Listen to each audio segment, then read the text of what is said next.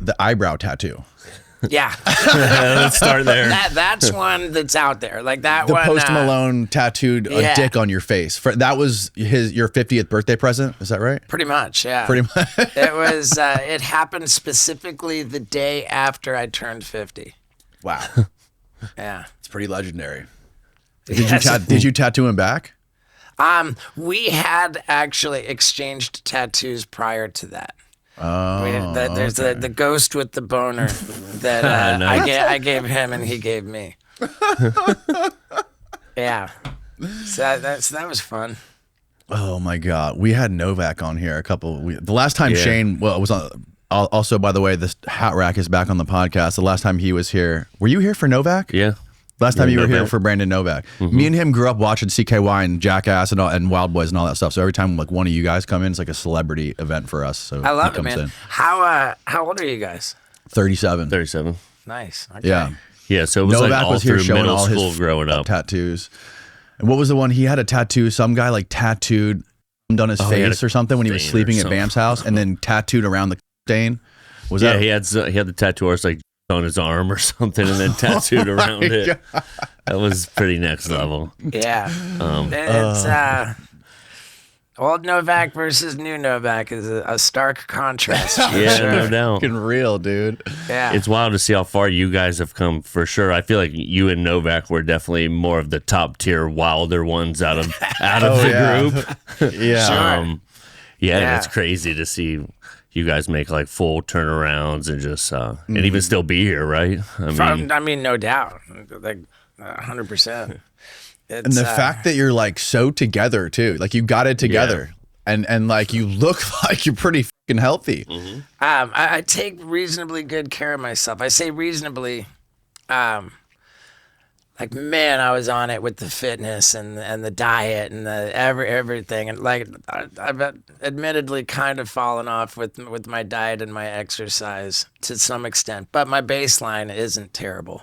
Yeah, you were saying you're doing like sauna and cold plunge and stuff. Yeah, like I got it at my house and I'm all about it. Yeah, Danny has one. We just did it before we came here. Oh yeah, sauna and cold plunge. Yeah. Yeah. I try to do it before a lot of podcasts because it just like wakes you up, you know. Dude, that's amazing. Gets the body moving. So what are the temperatures you do? Cold plunge is at 45. Okay, But I run the jets in it, so it feels like it's really like 30. It feels way colder. So when you run the bubbles in it, it makes it 10 times more unbearable. Because when you get in at first, normally, it hurts for the first minute, and then after that, it's pretty easy. But when you run the bubbles, it just sucks the whole time. Yeah, it's crazy. Like 50 to 45, that's where. Once you're like 45, you might as well just go lower almost. Yeah. Like it gets so nuts. But you know, as a sober guy, I really like get a kick out of the way that coming from the super hot going into the super cold and then coming out, like you get an actual buzz. Oh, for sure. Yeah. I call it a free lapse. A free lapse. It's like, you know, it's so funny. Lapse. And it's such a big fun thing with my sober buddies. You know, we get together and you know, like it's just it's so funny. It's like, you know, I got other people saying, yeah, no wonder you love to do that with your sober buddy. Yeah. But yeah, no, I really do enjoy that. And I think that you sleep really well after for that. sure. The first time I ever did the cold plunge, I felt like I just did cocaine afterwards. Like that's how euphoric it felt at first. I think that's Yeah, I mean, your heart's beating all fast. And You don't get triggered or anything by like drugs and alcohol, do you? I mean, I'm pretty diligent about, you know, staying active in the recovery community. So, like, How long have you been sober? 17 years. I was betting him before we came here. I'm like, I think it was 10 years. He goes, I'm taking the under on that. There's no way it's been 10 years. Wow. No, Over 10 flies, years. 17. man. yeah, isn't that crazy? I crazy. got sober March 10th of 2008. Holy shit. Yeah. You know, I was, Congratulations, man. Thanks, that's bro. amazing, dude. I mean, I couldn't be more grateful, man. It's like, I mean, without being sober, I'd be so screwed. Yeah. So like being in a comedy club, seeing people just like slamming beers and drinking liquor doesn't bother you? I mean, the way that we work it, it's like, you ask yourself, do you have a legitimate reason for putting yourself in an environment where people are drinking. Like the difference for me is when it comes to smoking pot, like because like if we're sitting here and you're like smoking pot, then I've got secondhand smoke like entering my lungs, and like to me that is like a super bummer. And then on top of that, like I love the way marijuana smells. you know, like I don't want to be smelling it. Right. Like and I don't want it entering my body. That's why there was like such the controversy, you know, like the headlines when I said that you know, I was just confused and kind of offended when Bill Maher asked me to go on his podcast, but I knew that like he's a prolific pothead, and I was like, hey, you know, could you not smoke pot for me? And he was like, oh no, that's what I do. That's a deal breaker. Really? And I just thought that's weird because like after you had already gotten there. No. This was in advance. So, I got you. So no big deal, but it's like. Mike Tyson's podcast is called Hot Boxing. Mm-hmm. You know, like Mike Tyson is like a prolific pothead, like big time. Be real. You don't get more like Mount Rushmore of potheads, you know, than like Be Real. And both Be Real and Mike Tyson, like, were okay with making it an hour without smoking pot, like because I don't want to breathe it into my lungs. Right. You know, like. Right. And it's crazy how that divided the internet. Like, so many people were like, oh, dude, Steve-O, like, you know, like, kind of like what you imagined Kirk Hammett might be thinking. Yeah. You know, I just, And I don't want to belabor that point or drag Bill Maher through the mud anymore. You know, that's a weird thing. I just use that as an example because, like what's in your cup is not entering my body. Right. Now, there's another sort of level to it where... Like, if you're sitting there snorting lines of cocaine, then, you know, that's not going to be entering my body. But I don't need to be around that because there's not really, you know, casual, like, you know, social cocaine, you know, there's, it's totally reasonable for people to be drinking in a way that's not like, you know, in your face about it. And it's not about in your face, but it's reasonable for people to be drinking in a moderate, healthy, like not destructive and you know, but like that just doesn't really apply to cocaine. So, right. Somebody who's on cocaine, your personality doesn't really jive with somebody who's not doing cocaine. Right. You typically both people have to be doing cocaine to be on like the same level. It's just, I think that, so I just don't need to be around that necessarily. And for that matter, if you were sitting there getting like knocking back like a dozen shots in a row and slobbering drunk, like I wouldn't want to be around that either. Right. You know? Yeah, of course. But it's all about moderation. Right? Yeah, like it's all about that's moderation. One thing that I'm not capable of. You're not. I resign myself to that. I'm not a moderate guy. It's all or nothing. Yeah, no, that's Pretty much. That's the crazy thing about, you know, some people can do stuff and like dabble in certain things, whether it be drugs or gambling or whatever the it is. And some people, like, whether it be genetic or whether it be just like the way they were raised, like their early life, they can't manage it, you know? How do you feel about the way that gambling is just like such a gnarly epidemic at this point? I fucking love gambling, dude. I love sports betting the best because it makes it so much more fun. When you watch the games or the fights and you actually like have a bet or like a parlay, you're so much more locked in, dude. Right. I don't think gambling's the problem. I think it's the people that are the problem. It's the same thing with driving, right? Like, driving kills a ton of people when they drink and mix drugs with it. You do it the wrong way, or you can't manage it, or like guns, right? If you don't know how to use a gun or know about gun safety, right? You shouldn't be using a gun. Right. Okay. And it's like you gotta like gamble in moderation. You gotta be able to control yourself, just like with using drugs. If you want to do coke every once in a while, God bless you, but you shouldn't be doing it every single day before and after work. Yeah, I don't know that anybody can do coke whatsoever. I mean, maybe I suppose they can. I've heard stories about people that, I mean, I don't know. I know a lot of people who can do coke and manage themselves and like live very successful lives, like functioning on it. Right. I think that's very interesting because I got really really been out of shape at one point. I was like, the last year, 2024, was like a pretty difficult year for me, like in general. And I was like, all right, coming into this year, I remember thinking like, okay, you know what, like I gotta like just double down on, my recovery, just being a good guy, and like faith in the universe, like having order and intelligence to it. And if I just like, really like make that my priority, everything else is going to work out. And in the very beginning of this year, I had a random opportunity to go interview Mark Wahlberg for my podcast.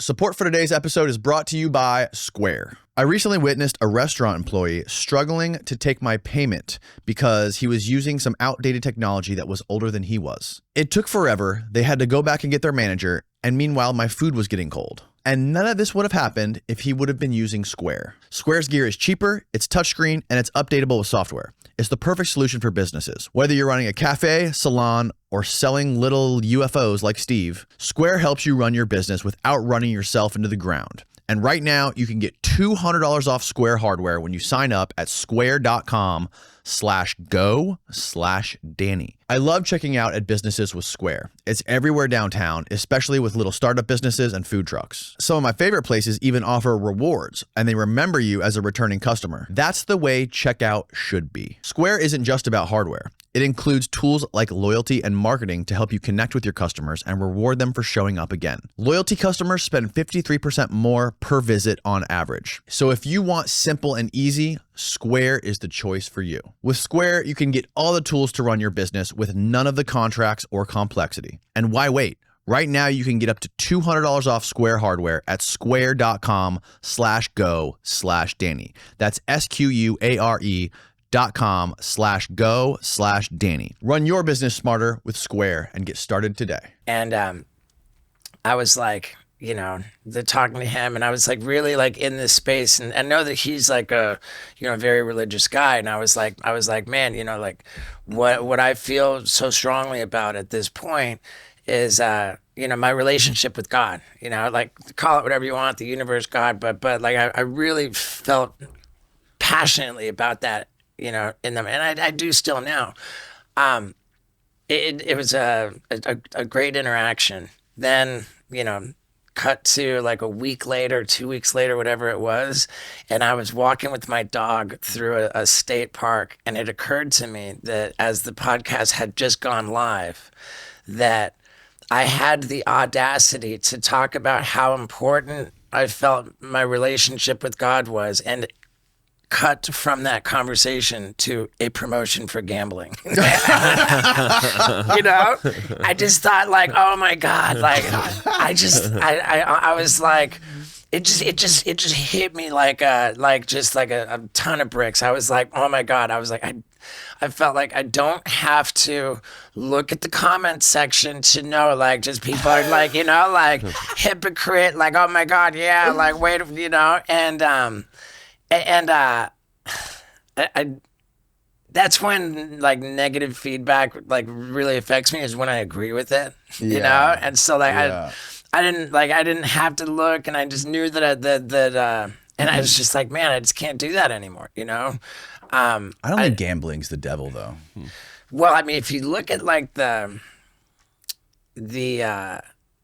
like how much money is generated by it, like like how much they pay podcasters to promote gambling, how much like everywhere, like all of this money is coming from somewhere. It's like kind of like looking at Las Vegas, like each new casino is like a bigger and more extravagant, like $1 billion, it's like it's pretty self-evident to look at Las Vegas that the what's building all of these amazing, huge not winners casinos. Yeah, like right. And so I don't know. I think that that the statistics on gambling are really pretty gnarly, and it's just so in your face all the time.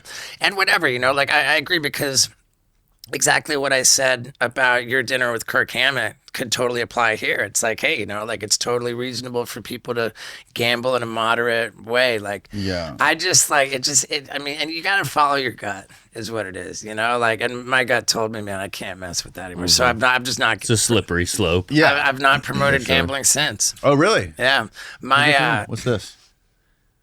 Oh, we've got What do you got here? Gambling. We got statistics on gambling. U.S. was estimated 1.9 billion in total gambling advertising in what year? 2023.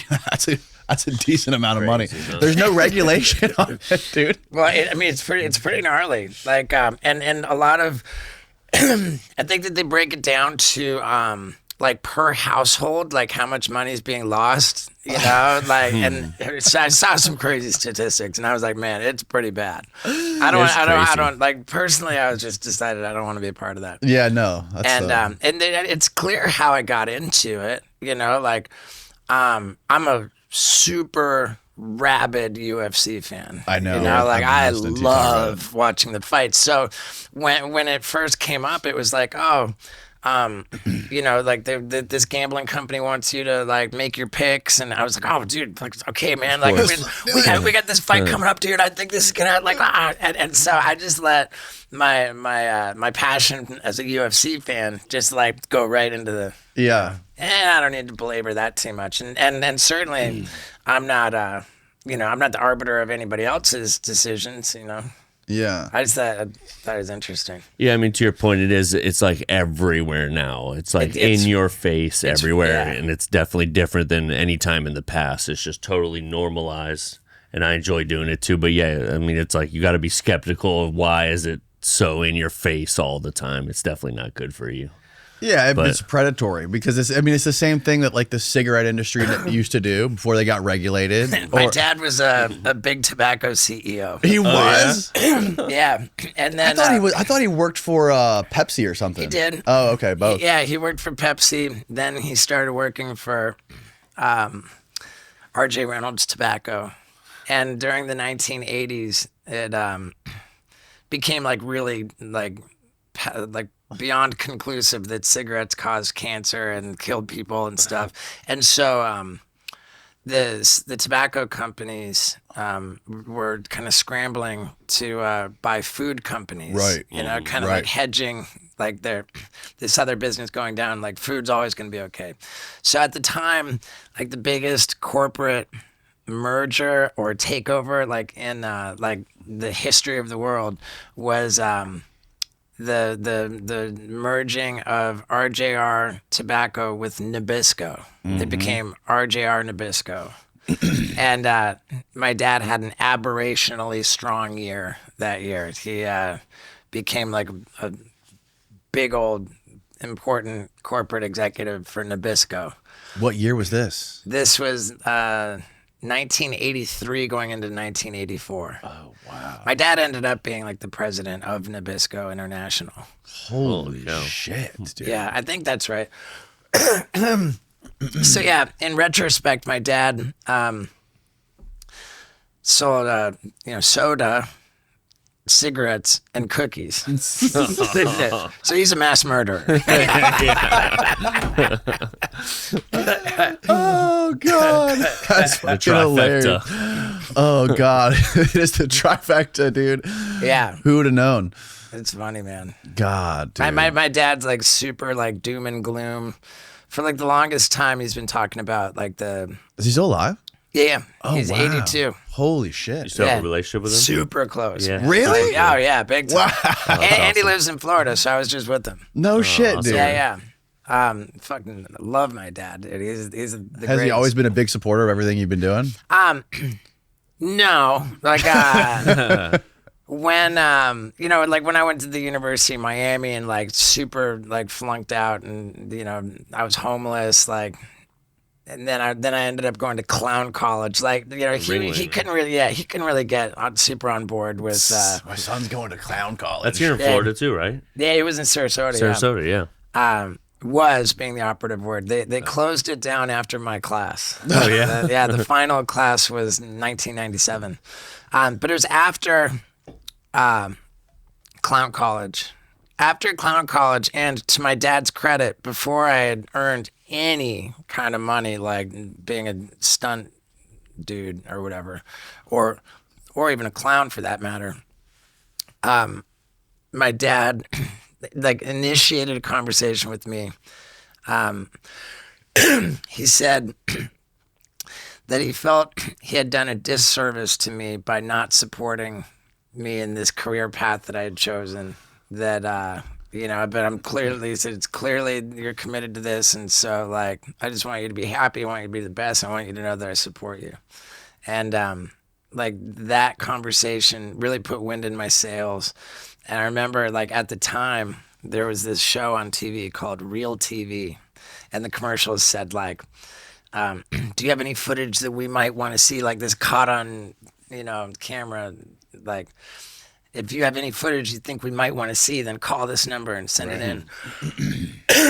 So I called the number and I said, I don't have footage you might want to see. I have footage you need very badly. And they got back to me. They were like, okay, we like the footage of you setting yourself on fire and doing the simultaneous fire-breathing front flip off the roof of the 3-story building, which is what it was. Like, I don't know how they described it, but they said they wanted to pay me $500 for exclusive rights to this video. And I was like, what's exclusive mean? I never heard of that. And they said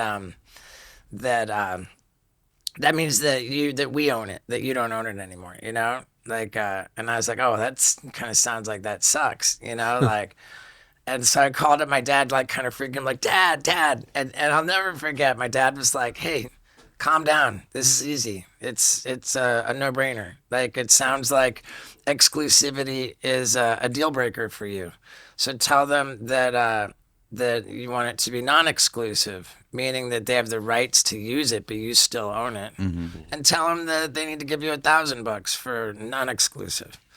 And so I just said that, and they gave it to me. It worked. Yeah. So from that point, my dad was in my corner. Like yeah. Super cool. Yeah. Yeah, like he was like greasing the business wheels. Yeah, he's looking out for you. He wasn't like thrilled about me like risking my life and like the nature of what I did, but he accepted it and he got behind me on the business side of it. That's incredible, dude. Yeah. So what initially like kind of put us apart, it ultimately brought us together. Wow. Yeah. Super cool. That is really cool. And like super together. So my dad retired when he was, I don't know, I guess maybe 50. So I'm at the age right now when my dad retired. Yeah. And at this point, my dad's on my payroll. Really? Yeah, it's very, he probably didn't see that coming. Dude, CEO in Nabisco, I pictured to be living in like a waterfront mansion in like Naples or something. He's got some water. Yeah. I mean, not Naples. He's in South Florida over on like the West Palm side. Oh, okay. So an even bigger. Yeah. I mean, it's not crazy. Like it's not. It's crazy. modest. He's been retired for a long time. Like he, I think it's as if he's comfortable. Lives reasonably modestly, but very very comfortably and. Yeah. And he's awesome, man. He's just Palm Beach ain't cheap, dude. Mm-hmm. Is he over there playing golf? He plays golf twice. Dude, I just played my first round of golf. Oh, no way, man. Last week. First ever. Oh, man. First ever, yeah, because I've got this property in Tennessee, like this 44 acres. I got all this land. And it was just like, I was like, oh, man, like what do we do for fun? And I was like, I'm going to get a golf club. Just whack. I don't know what I was doing.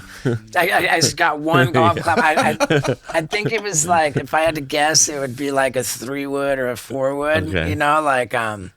And I was just about the one club and a bunch of balls and I was some tees. I was just like, I'm just gonna whack it, Mm-hmm. And like, I no clue what I'm doing, but I just started having more fun, and it seemed like each time I did it, I got like a little bit better at like whacking the play, and finally I was like, you know what, this is just getting too fun. I think I'm gonna give it a try. And my girl, we're always like, she loves Goodwill and thrift stores, so And the thrift store is like some garage sale ass like wedge clubs. I'm like, oh, dude, now I got to start working with these ones. I start like doing like little chip shots at my ranch, and so addicting. Yeah. So you play golf? Oh yeah, yeah. We played. Yeah, dude. I mean, I've done 9 holes. Yeah, it was my first, and we filmed the whole thing. You know, my dad's not going to be around forever, and like I know that golf is probably going to be something that like. You guys can I bond feel over. I just yeah, and like even like beyond like when my dad's not around, like golf's just gonna like represent that, like it's gonna be like it connects to Carry on him or that something, like I don't know, but it's super healthy too. It's super healthy just to be outside and walk around outside, especially in Florida. Walking's a big deal, dude. It's so funny because like we filmed I'm working on this documentary and we were filming my dad and I play golf, and I was like, Dad, like. Do people just always golf with their shirt on and just end up with stupid looking farmer's tans? Like it doesn't make sense to me. Like if you're gonna be out in the sun, like take your shirt off. And my dad was like, oh no. Like so it's like it's not classy to not have a dumb farmer's tan, And my dad's like, well, like people don't take their people don't go shirtless, so you would never know they have a farmer's. And I was just like, that's dumb, man. Yeah. And my dad said he wouldn't feel comfortable golfing with somebody who was shirtless. Yeah, I feel like I wouldn't be comfortable golfing with a bunch of people who are like in the sun with their shirt on. Maybe you could change the stigma behind it. Yeah. No, golf. See, like does that make Steve-O sense? and John Does that make Daly. sense at all? Yeah. Do you go to like a golf course where people just want to have an even tan? They golf with their shirt off? No, actually, I've never even thought about it. But I've never seen anybody at a golf course just in board shorts. They don't let you. That's what golf courses are so strict. Dumb. So it's the dumbest thing in the world. They're rules. so stuck up, especially the ones in like the Northeast by like New Jersey and those golf courses. They have like those golf courses have like a fucking card with the skin tones. You have to be like just white enough to get in there. Like you can't be black, Mexican. Wait, what? Dude, golf courses are racist as fuck. Wait, overtly? Oh yeah. I mean, I don't know if it's like that anymore, but like it was just like it wasn't that recent. You could probably find, like you're saying literally like you have to be this tall to go on this ride. You have to be this white to golf here. I remember one of the first times I went with Danny, I showed up in blue jeans and went into golf, and they wouldn't let me golf in blue jeans. I had to buy a new pair of pants in there. Dude, I mean, that's not even that bad. That's not even that bad. I mean, that just makes it, and this calls to mind why I had like such a resistance to golf for so long. Yep. Dude, now I'm like, my buddy Julian was a caddy at one of like the biggest golf courses in New Jersey, the one that like all the presidents used to golf at. And he would go there and they would pay him to basically like run their golf clubs to wherever their ball went. He was like a golden retriever for like golfing. And he would have to get there like an hour before the golfers got there. So he told me he showed up to one of these golf courses, I think it was like Bedminster or something, at like 5 a.m. That's New Jersey? This is in New Jersey, yeah. And he kept his like. Is that a Trump course? I think it might be. Maybe not, I'm not sure. Bedminster golf course. Look it up. And he got there and like he wasn't dressed yet because it was 5 a.m. He was still wearing his board shorts or whatever the fuck he slept in and like a t-shirt. And he got out of his car and went to his trunk to get his clothes. And the dude in the clubhouse started like sprinting towards his car. No, get back in the car. Wouldn't even let him out of his car unless he was like dressed with a tucked in shirt, a belt on, and all that shit. That's so funny. It's like when I was in the circus, like it was very. It is Bedminster. Yeah, that is a Trump course. It was very, very like not okay to be like partially in clown makeup, like without your nose on or something. like walking around with like clown makeup and not your wig or something. It's like, no, dude, like you will not be. And that makes sense. Yeah, that makes so much sense. Yeah, you do not. Oh God! Get your nose on now. Yeah. So when did you find God? You were talking about God a minute ago. I mean, find God. I don't know. Like if I was to pinpoint a time when like I had spiritual inclinations, it would absolutely be before I got sober. Ladies and gents, the day has finally come where you can use the power of red light to regrow your beautiful hair. And you can save serious cash by using our code. The iRestore Elite is clinically proven to help regrow hair using 300 lasers and 200 LEDs that send light therapy directly to your scalp. Just pop it on while watching TV or reading a book and enjoy the benefits. It's a system with proven results. In a double-blind clinical study, nearly every participant saw an increase in hair growth with this technology. The iRestore Elite uses VIXO lasers, which feature wider beams of red light, which gives consistent coverage and results. Their unique use of optimal wavelengths reactivates dormant follicles to restore your natural hair. Lasers provide deeper spot stimulation, while LEDs provide broader, uniform coverage to fill the gaps in between the lasers. Plus, they offer a money-back guarantee, so you can try this completely risk-free. It's comfortable, it's lightweight, it doesn't look like a weird medical device, and it makes you look badass like Tron, and it's going to really impress all your friends when you wear it. And if you really want to get the maximum out of the Elite, bundle with the Revive Plus Max Growth Kit and Biotin gummies, which are formulated to work with the red light wavelengths. Give yourself the gift of hair confidence this year. For a limited time only, our customers are getting a huge discount on the iRestore Elite when you use the code DANNY at iRestore.com. Head on over to iRestore.com and use the code DANNY for our show's exclusive discounts on the iRestore Elite. Please support the show and tell them we sent you. Hair loss is frustrating, and now you don't have to fight it alone thanks to iRestore. Like I had wild psychosis, like hallucinations, like hearing voices. And to this day, I like absolutely believe that was like when you were on ketamine. Ketamine. Don't remember hearing voices on ketamine, but yeah, there was a lot of stuff going on with that, particularly like the combination of cocaine and nitrous oxide and sleep deprivation was I would say my main portal into like to Jesus. Not Jesus. Like I don't care for religion right so much. Like I like if I have a spiritual like belief about the what's beyond our 3D like physical human experience, I get it from accounts of near-death experiences, which are very like DMT. I don't know about DMT, but there's just a lot of people, I mean, perhaps millions, certainly thousands, who have one way or another like died, right, and had the experience of what's beyond death, but come back into their body. And like these accounts are consistent enough.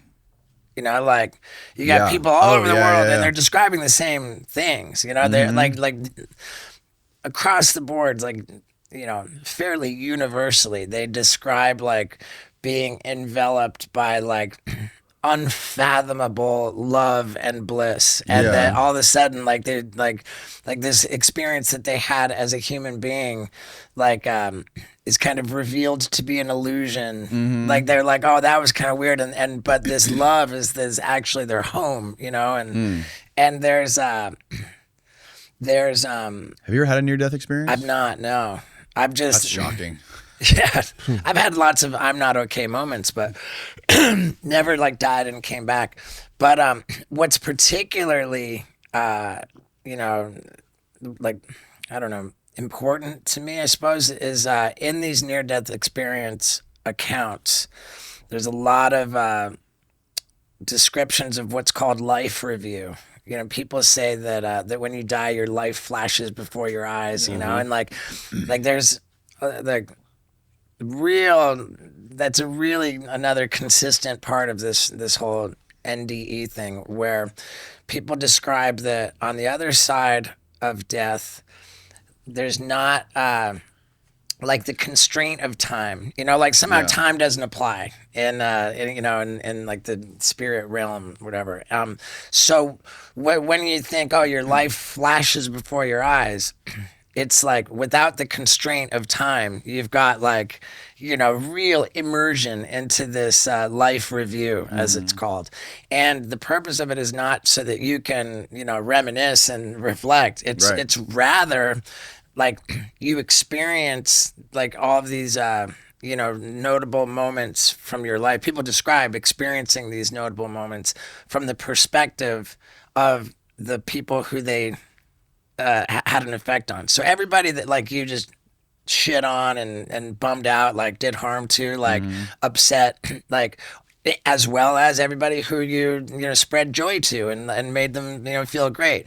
Like you have the experience of how you made other people feel through their perspective, as them, straight up as them, and without the constraint of time and in unfathomable detail. Like, dude, how the fuck does that work?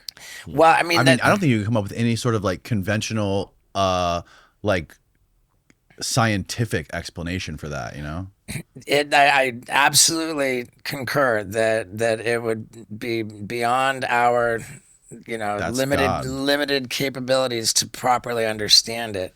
I think that people who have these near-death experiences, there's so much irrefutable, I would say, irrefutable evidence where people are like not registering any like sign of life, period. They've got like they're flatlined, like they're not conscious. Totally. Yeah. They're demonstrably not conscious, but they come back, they come back to life and then like tell the doctors what was going on. Experience, they're like, oh, I was floating up above the room. I saw you grab this. Oh yeah, and you had the stain on your shirt. Like, they know, like, and the doctors are confounded. Like, wait, there is no way that this person was conscious, yet they're telling me what happened. And like, I'm just really confident that there's a lot of irrefutable evidence to that point. So you get to,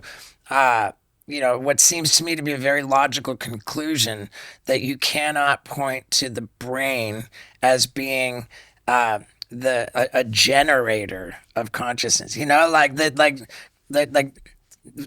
seem to have evidence that consciousness exists separate from our brain activity. Mm-hmm. And that we cannot, science can't figure that out. Right. Science can figure out that, like, I mean, just, the doctors being told what happened in the room by someone who is dead, they're like, okay, they know. We don't know how they know. We don't know how consciousness exists separate from the brain. But my, like, dumb little theory is that the brain, rather than being a transmitter of consciousness, rather than being the originator of consciousness, it's simply the brain is like a receiver. Kind of like our brain is like effectively picking up the signal of our soul, a Wi-Fi signal. And so then if you take this analogy like a step further, then you imagine like a radio picking up a signal. You can take a sledgehammer, you can destroy the radio to no end, absolutely obliterate it, but you've done nothing to affect the signal that brain was receiving. So if you follow that analogy, then it kind of makes sense that we could have the death of our body, but have consciousness separate from the body. And I think like floating through the ether. Yeah, and like, I get like pretty into some wild stuff. Like I had this little phase where I was reading about the Pleiadians. I don't even know if you say it that right, but like in all this like different crazy theories that I've read. One thing that stuck out to me quite a bit was the scientific. The science community, I think, agrees that 95% of human DNA, they've got no clue what it's for. And the scientific term for like this 95% of our DNA is junk DNA. Yeah. Can you look up junk DNA? Yeah. And I'm not like sure if I'm remembering this right, but like they effectively, if I remember correctly, like the scientific community cannot figure out what 95% of our DNA is for. And I heard a crazy theory that claim is that 95% of human DNA is junk. Has been the topic of significant debate in the scientific community. Historically, much of the human genome was considered non-coding and thus labeled as junk DNA.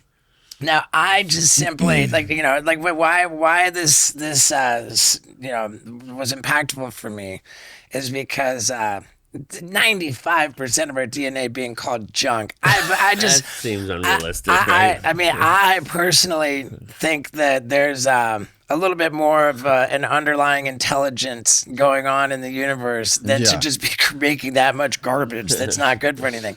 And the theory that I read was that there's like all these I don't know, what do you want to call it? Like entities, gods, spirits, and that originally that humans, that we were multi-dimensional beings, that we were, and that's what the 95% of the DNA was for, is that we sound were like Billy Carson right now.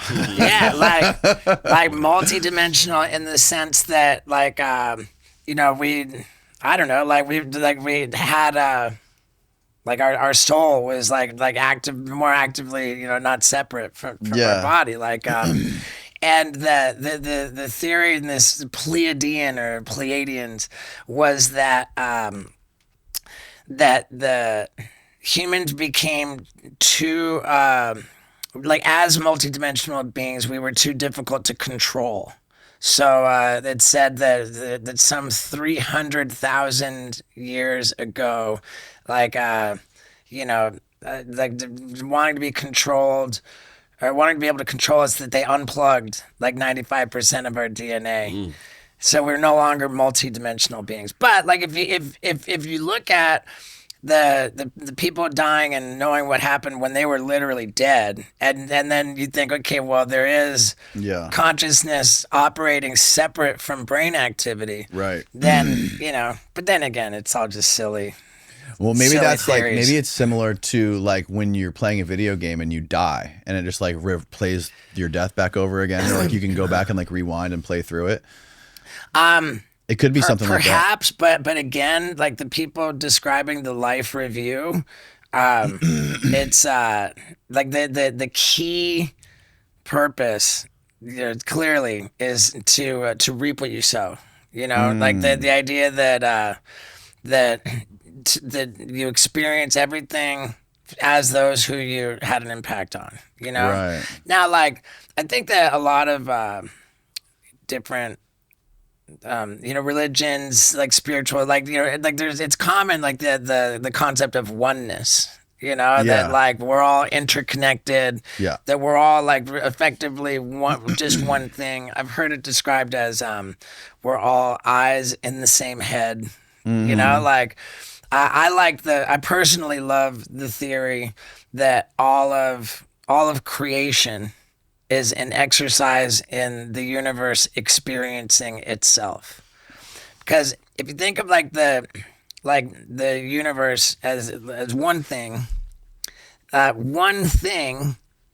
by definition cannot have experience because there's no other thing to relate to. Right. Like you can't have up without down, left without right. You can't have good without bad.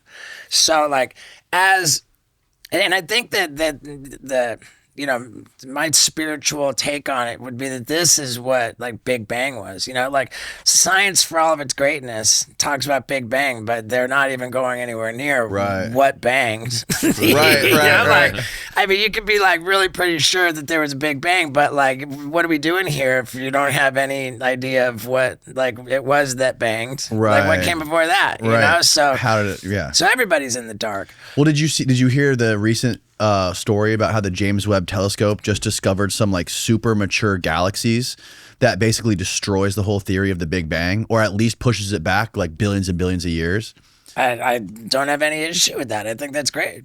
We'll try to find it, Steve, but it pulls up like they they found out that the microwave, the background microwave radiation or whatever, that's what supports the whole theory of the Big Bang. But now they're saying that this background microwave radiation is just coming from other. It's something that's being emitted from these like other galaxies, these like super mature galaxies that they found, and these galaxies would have had to existed before the Big Bang.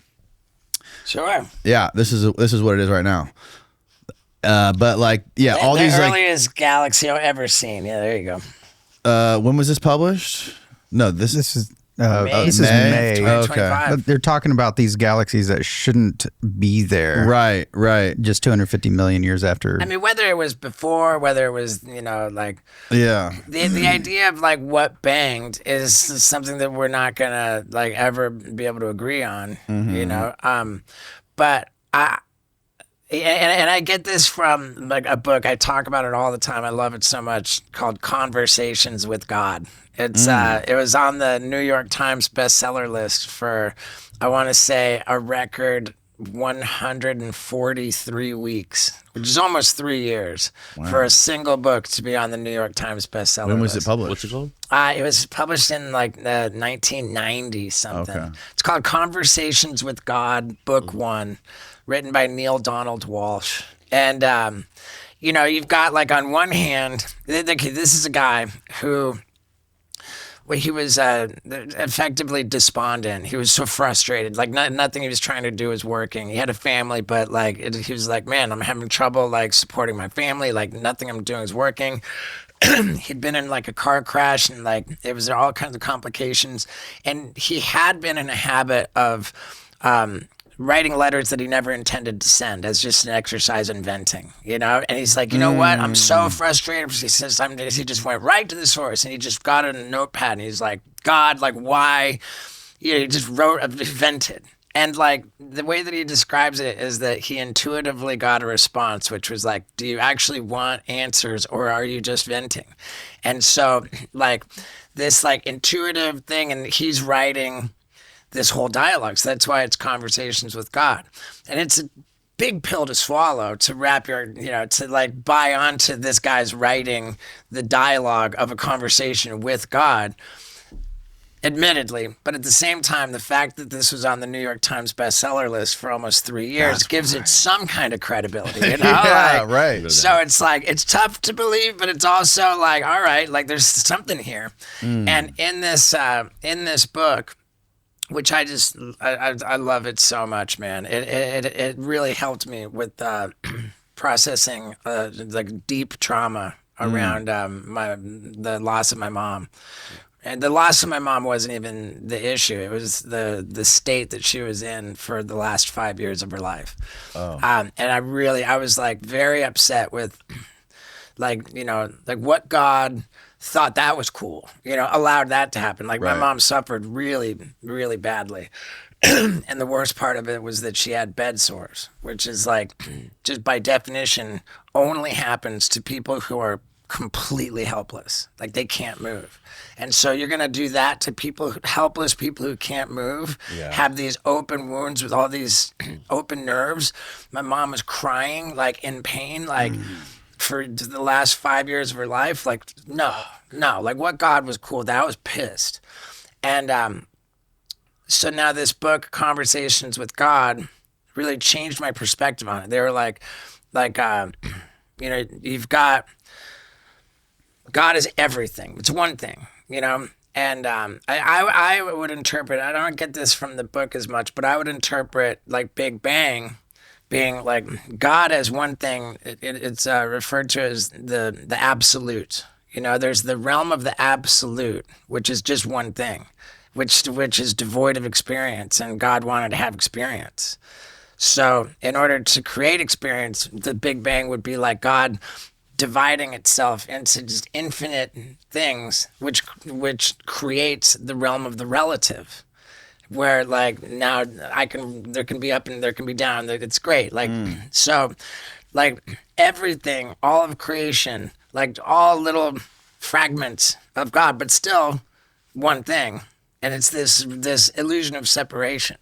So then, the theory would go, all of us are equally fractions of God, like expressions of God. Like we're all one thing. You know, we think that we're separate, but we're actually not. And so when we die, like the veil is lifted and we realize, oh, wow, there was actually only one thing the whole time. And so that's where like it makes sense that when I die, I should realize, oh, wow, there wasn't anything separate from me. So when I did this to that person, it was actually me. And so now I'm going to experience it. You know? Yeah. Now I'm going to experience it. And I can buy that so much more easily than what religion's trying to claim with the third party judgment system. You know, like, oh, like you're going to go before God and God's going to judge you. To me, it's so much more palatable that like there was only ever one thing. And so the life review, when we experience like the harm we did to others, it's not for the purpose of us being punished. It's not like we're in hell, you know, like, oh, you were bad and so this is what you get. Your punishment is this. It's much more just like, it is what it is. You know, you reap what you sow. So it's not good or bad. It's not, you know, right or wrong. It's just what happened. And so it completes the experience, which is the whole purpose of everything. It's just to have experience. Right. And so as it relates to my mom, like for God to be a third party deal that's over there and just cool with the fucked up shit my mom went through, I'm not okay with that. But for God to have just divided itself into infinite particles, and so now all of a sudden, my mom wasn't left there suffering. My mom was God. You know, like God was not just with my mom, but God was my mom. And it's not up to me to determine like how that experience is useful, fucking valuable on any level, you know. And there's a lot of cause and effect, and just that's what is. Yeah. But I can wrap my head around it. What happened to my mom was God. That just helps me a lot more than my mom was all on her own in this terrible situation. Yeah, not on her own island. My mom was the experience of God, as are you, as am I. We just see ourselves as separate entities, just like for the face value of like what is walking around, you know, what is reality. We see each other as like separate things, but you're saying like below, it's like like an archipelago of islands up above the water, right? And then as soon as the water goes down, you see it's all part of one big rock. Right. I mean, it's kind of like we're all cells in this bigger organism. Yep. You know, it's like the cells in our body were just one thing, you know? Yeah. And it's super interesting too how like, because I've heard a lot of experience of these near-death experiences. And there was one in particular about this lady who got struck by lightning. Have you ever heard this one? This lady was going into a synagogue with her kids, and it was like a thunderstorm. She was holding her umbrella, and then the umbrella got struck by lightning, and she died. And somebody was out front, like saw her get struck by lightning, and they ran inside the synagogue, and they said, "Is there a doctor in here?" And they all turned around. It was just all doctors and lawyers. It was a synagogue. So they got like the best doctor, who happened to be like a heart trauma doctor or whatever, that because her heart was stopped, came out, and they like were doing CPR on her, trying to help her. And she was out for like 10 minutes. And she explained 2 weeks sitting in some kind of a garden and like having conversations with her dead relatives and stuff like this. And she's explained like her grandpa coming and like talking to her and like giving her the option, like, do you want to come with me or do you want to go back there with your kids or whatever? And she thought about it for weeks. It's very rare for people to want to come back into their body. Like But people will do it if they're like, oh, my kids really need me, like, you know, there's some.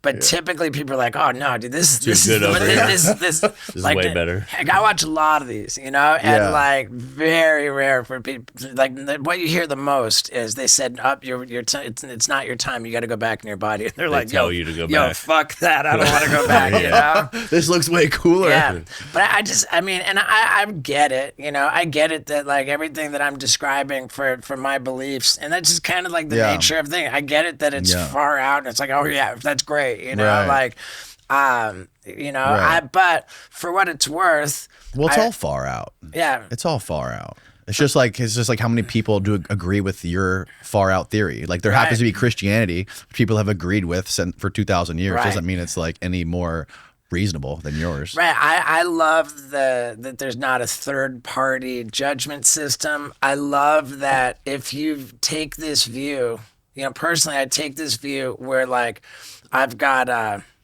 real accountability for everything that I do, like I wasn't always like, even like in sobriety, like, like I'm like, I get frustrated very easily, I get frustrated, I get burned out and like, like dealing with people, like I can just really lose my temper, like, like, and and that more often than I'm really stoked about. It's like bummed people out, like I've been and I'm like I feel so sensitive to that, like that, man, there's just a bunch of people that I bummed out. I know it. And like people that I've interacted with on a very superficial level who I wouldn't be able to get a hold of to say, hey man, like, I want to like fix this, like people just pass. And I'm thinking about pretty like low level stuff, but it's important to me, and there's a lot of harm that I've done that I can't fix.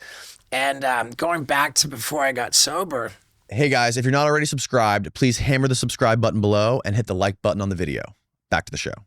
Oh my God, like to take the idea of a life review like as seriously as I do, like I'm pretty bummed on what's waiting for me, like a lot. I think on balance, I've been more of a good guy than a bad guy. Yeah. But like I'm just really sensitive about how much like of the bad stuff is coming. So like I genuinely view whatever the remainder of my life is as my opportunity to stack the good. Stack the good. Like, and so it's not always like easy to keep it at the forefront of my conscious thinking, but I really, really like, I try to like genuinely stay in the mindset that I view every encounter with every person as like that, I want to like as much as I can, like if someone's like, oh, you want a photo? Yeah, for sure. Let's make, to try to make it every encounter that I have with everybody, no matter who they are, like a joyful, uplifting experience. Yeah. I'm like selfishly trying to like, stack the good. Yeah, right, and right. Is that not the underlying, like, if you take it to be good to thy neighbor, it's like just that simple. Right. Right. And I love this particular, this particular view of the universe, again, for taking away the third party system, for not, like, I really, really don't do well with Jesus died for my sins, like, so what, like, oh, you do a bunch of like fucked up shit and it's cool because it's on Jesus's tab. Right. Like, and furthermore, like, however late in your life that you decide to be saved by Jesus, like, you're cool. So you can just wait until you're on your deathbed after being a complete shitbag for your whole life, and then but Jesus, and then it's just going to be absolved and everything's cool. Yeah. And then on top of that, like, like all of the people who I love who are of Muslim faith, Jewish, like they're going to be burning in hell because they didn't accept Jesus as their savior. Like, I've always said that if heaven's all it's cracked up to be, I'd love to check it out, but not without every person who I love. And I love a lot of people who, by Christian standards, are going to hell. So I guess it's hell for me, And it just seems so silly on top of that too, because Jesus, like, pretty well documented that Jesus lived 2,000 years ago. Yeah. So how did anybody get to heaven before 2,000 years ago? There were humans before Jesus. Yeah. So are they all burning in hell? That's a good question, like, bro. I've never thought about that. What are we doing here? I've asked this question many times, and I've heard that they were like, oh no, before then you could do like sacrifice animals or some weird dark shit. Oh my God. Like, it's silly, man. Dude, that's interesting. I never fucking thought about that. And check this out, dude. Like my dad very, very logical person, like almost devoid of emotion, I would say. Like I consider him like a human logic machine. And he like kind of went with the Christianity for like a minute there. And he was like, I don't know if I can really do this for the rest of my life. It would kind of like get in the way of me living the way I want to live. And so like he got very, very like into the weeds on trying to get himself like free of like all the dogma and the fear and stuff. And so like he would go on to like quite study theology, and he befriended this pastor in England where he was living. The pastor either became fluent in like Greek and Aramaic to be able to read the original transcripts in the original languages or he just became more familiar with the Aramaic. And what this guy said, and this is really to me a big ass deal, because the whole Jesus died for my sins and the only way to go to heaven is by accepting Jesus Christ as your savior, like comes from one line in the English translation. And the translation is, the only way to my Father is through me. But my dad's pastor buddy says that the actual original scriptures, the Aramaic, the Greek, and an equally valid translation of that line would be, now that Jesus saying, now that I've come to share my teachings, it will be easier to find God. Like, and it like, as I understand it, it all boils down to that one line, how you translate that one line. Yeah. But like, it's a lot easier for me to buy that there are more than one teacher, that there's more than one viable way to find God. Right. You know, then like this, it's Jesus or you're going to hell. Right. Regardless of how you acted. You know, right. And so, you know. Well, there's also lots of different scholarly people who have translated different original texts and have come up with like all kinds of different theories on Jesus. Like Christianity, throughout over the millennia, the people that running the churches have intentionally redacted and added in shit to fit the narrative of what they want it to be. Dude, the what is it? The Nicene. The Nicene Council. Oh, the Council of Nicaea. Yeah, the Council of Nicaea. It's where they agreed like what they're going to include and what they're going to leave out. Yeah, that one. That was a pretty dodgy. Yeah. Know? And now with that said too, and I here I am just like bashing on Jesus, and I don't want to do that because that's just not helpful. Right. And my dad, I was talking to him the other night because I saw him on this trip, and I don't know that I had heard him say this. He said that if you took completely at random 100 Christians and put them in a room, and then completely at random 100 non-religious people and put them in another room, he said, I think that Christian room's a way happier room. Yeah. You know, like. Well, this is something I think about a lot too. Like I notice a lot of people who like when they get older, they just sort of like people, even when they're young, they like would mock Christianity or religion because it's like, my parents are religious, old people are religious, fuck them. That's like, it's like, you know, you're not supposed to like your teacher or your boss or like the people who make the rules. And the people that are religious make these rules how you have to live your life. So when you're like a young rebel, you automatically want to go the opposite direction. Sure, of that. like the Catholic schoolgirl. Right, exactly. Yeah, and that's like those same people when they get old, right. Yeah, that's how you make a slut. And super Christian shit is how you get people wearing Cannibal Corpse t-shirts. Fuck exactly. Yeah, bro. Hail Satan. And but those, a lot of people that live that way when they're young will like get old and find God and join Christianity, you know? Sure. And a lot of people will be super devout Christians and then have a near-death experience and be like, oh, wow, okay, that wasn't it. Right. And I have absolutely nothing against like people who ascribe to Christianity or Catholicism, as long as you're not hurting people, like, you know, be my guest, do whatever you want. Right. Yeah. You know, like I've got I've got a buddy of mine, and I was just with him like a couple weeks ago. I've known him since we were 9 years old, 4th grade together. I was actually I was with two guys that came to my property in Tennessee. We've all known each other since 4th grade. Abdullah, super Muslim, super duper Muslim. Yeah.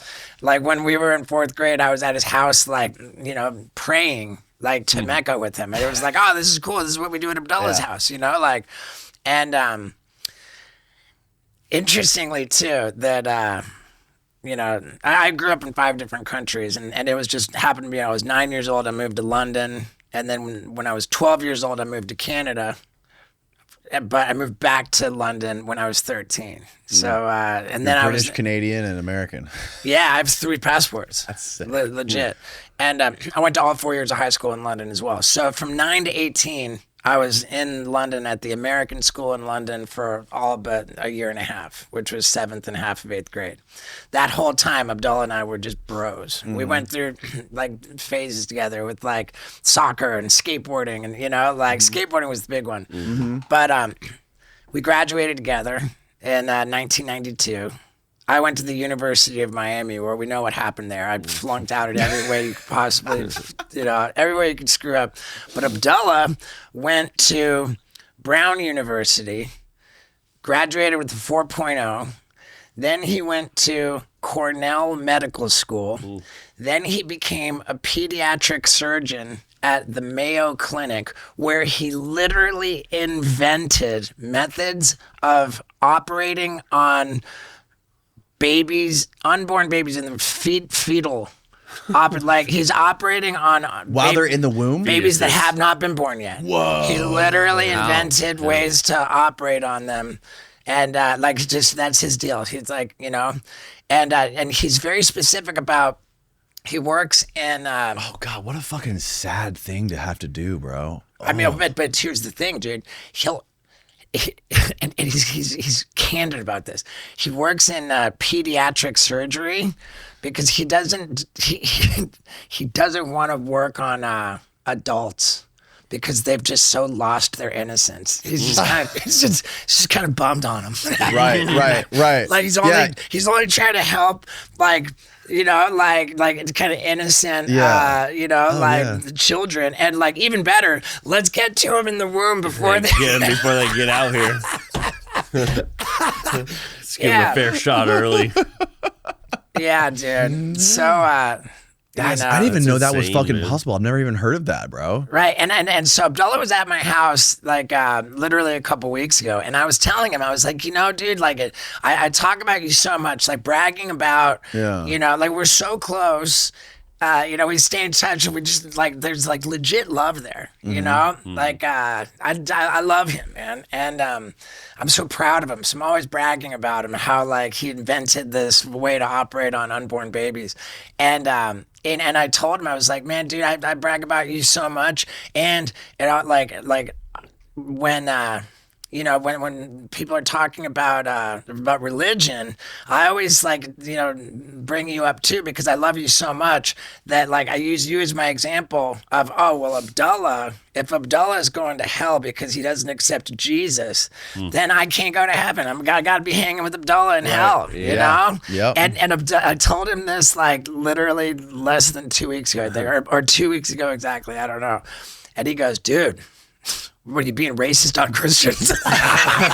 He goes, dude, don't be racist, bro. You already have a Santa Claus getting crucified on your face. Yeah. He's like, dude, he said, don't do that, man. Like, you believe whatever you want, man, but don't be, Yeah, that's fucking bigoted or whatever. And so I'm with you. Like, as much as I like resist the notion of it, like the exclusivity of it, right? As much as I think it's silly, I absolutely concede that people of faith are happier and in a better spot than people without faith, right? And I think that some people, when it comes time, they're actually dying. Some people are legitimately at peace with it. Yes. Like legitimately go peacefully and they're not super bummed. And then there's some people who are like a clinging to life with so much fear and just fearing death, you know? Yeah. And I do genuinely believe that the difference between whether you're going to die peacefully or like super in fear is faith. Yeah, I think God is a part of like the human operating system, you know? It's like built into us to where we have to like it's like a meaning generator for us that helps us cope with our existence. What is this? Retroactive death of Jesus. Jesus' death is considered retroactive for earlier humans, according to several Christian theological perspectives. They're retroactive is. When it like got Jesus' lawyer came in and So he's been his atonement for. Okay, so then that would mean that he could retroactively hook me up after I died. Yeah, so it turns out that Right? Then what's the point in accepting him while you're alive? Right, Get exactly. on the back end. Yeah, God. you know what? That's true. You know what? Like Jesus can Hey, I save me forgot to later. do this while I was down there. Oh God. Retroactive. I like that. That's one of the people that when I was talking to the other day, I had Gavin McInnes on the show, and he used to do all these. He did like one special of Vice, like really early on, called "Jesus Was a." And now he's super Christian, you know. And I was like asking him all about it. I'm like, how did you make this transition? He's like, and he was just like watching when my daughter was born. I like looked at her heel and I saw like God must have made that. And I woke up and I said, I love God.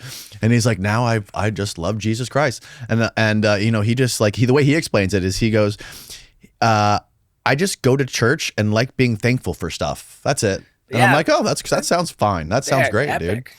Dude. Yeah.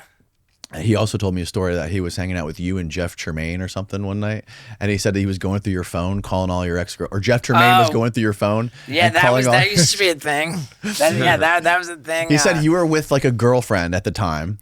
And, I mean, and he went through your phone and called like 10 ex-girlfriends and said, "Hey, it's Steve-O, I'm here." yeah. And he like Everyone was impersonated- passing around my phone, inviting chicks in my phone. Like if they saw a girl's name, like okay, I'll call it, and then they're doing an impersonation of me and say, "Come on over, baby." And like everyone was just having so much fun and thought it was so funny that I just let it happen. So yeah, that's how I remember that.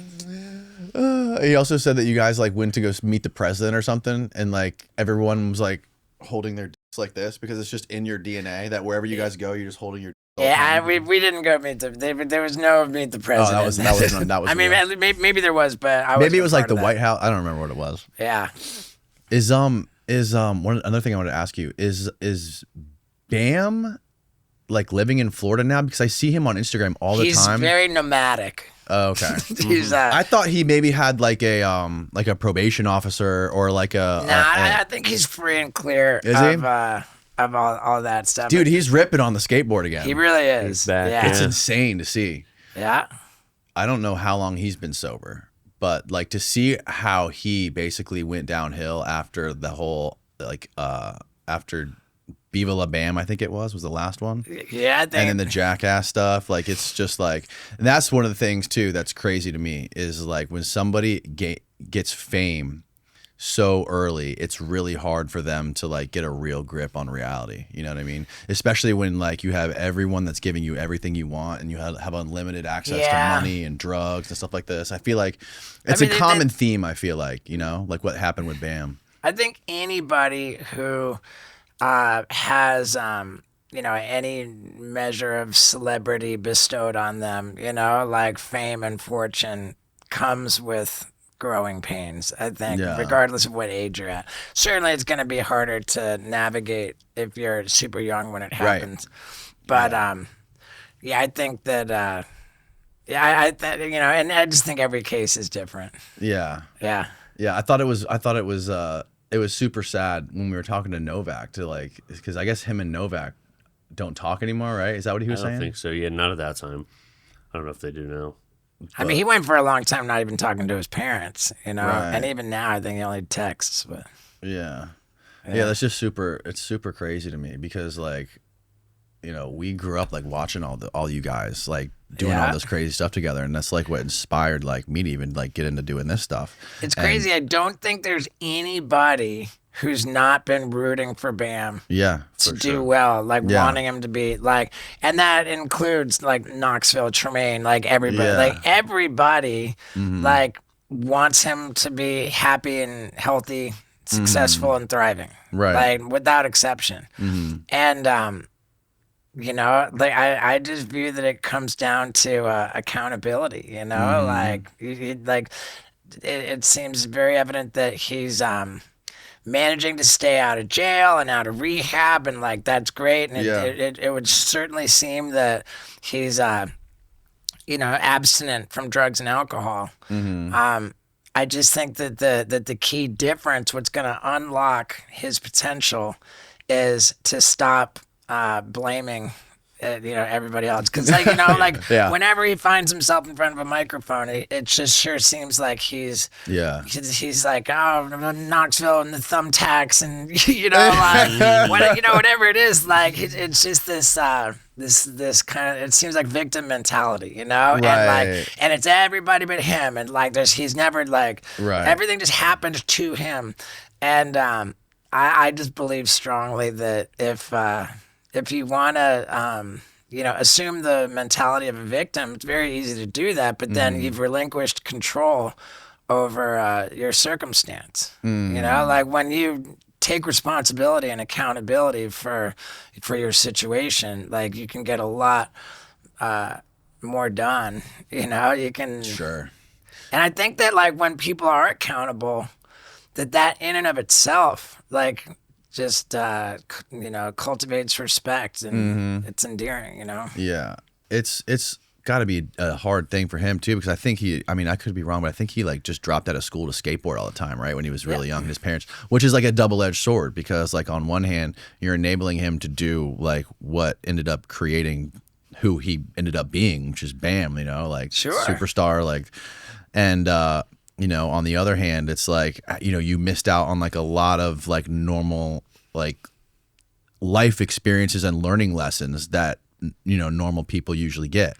And for me, it seems like that combined with Ryan Dunn dying seemed to be like what really catapulted him down that rabbit hole, or that dark spiral, I mean, sure.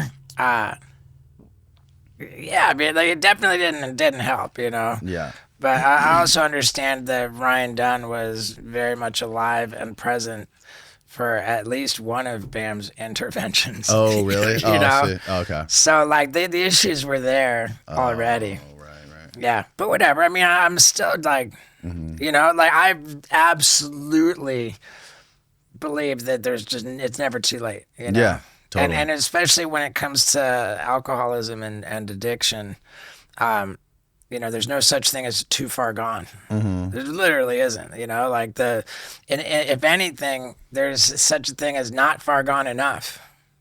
Like it's perhaps counterintuitive, but the first step is we admitted we were powerless, that our life had become unmanageable. Like the first step is to admit defeat.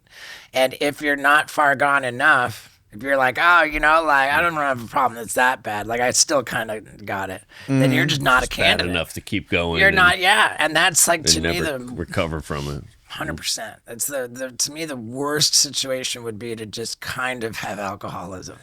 Like enough that it can slow you down and screw up your relationships and stop you from accomplishing your goals, but it's not bad enough that it needs to be addressed. Right. So like your life just slips through your fingers, just years at a time, decades go by, and then you're like, what? I blew it. Yes. As opposed to having alcoholism so terribly bad that it cannot continue. Ever, Right. Like me and Novak, basically, I would say. Like the way that we were operating was not okay. And we had to acknowledge that.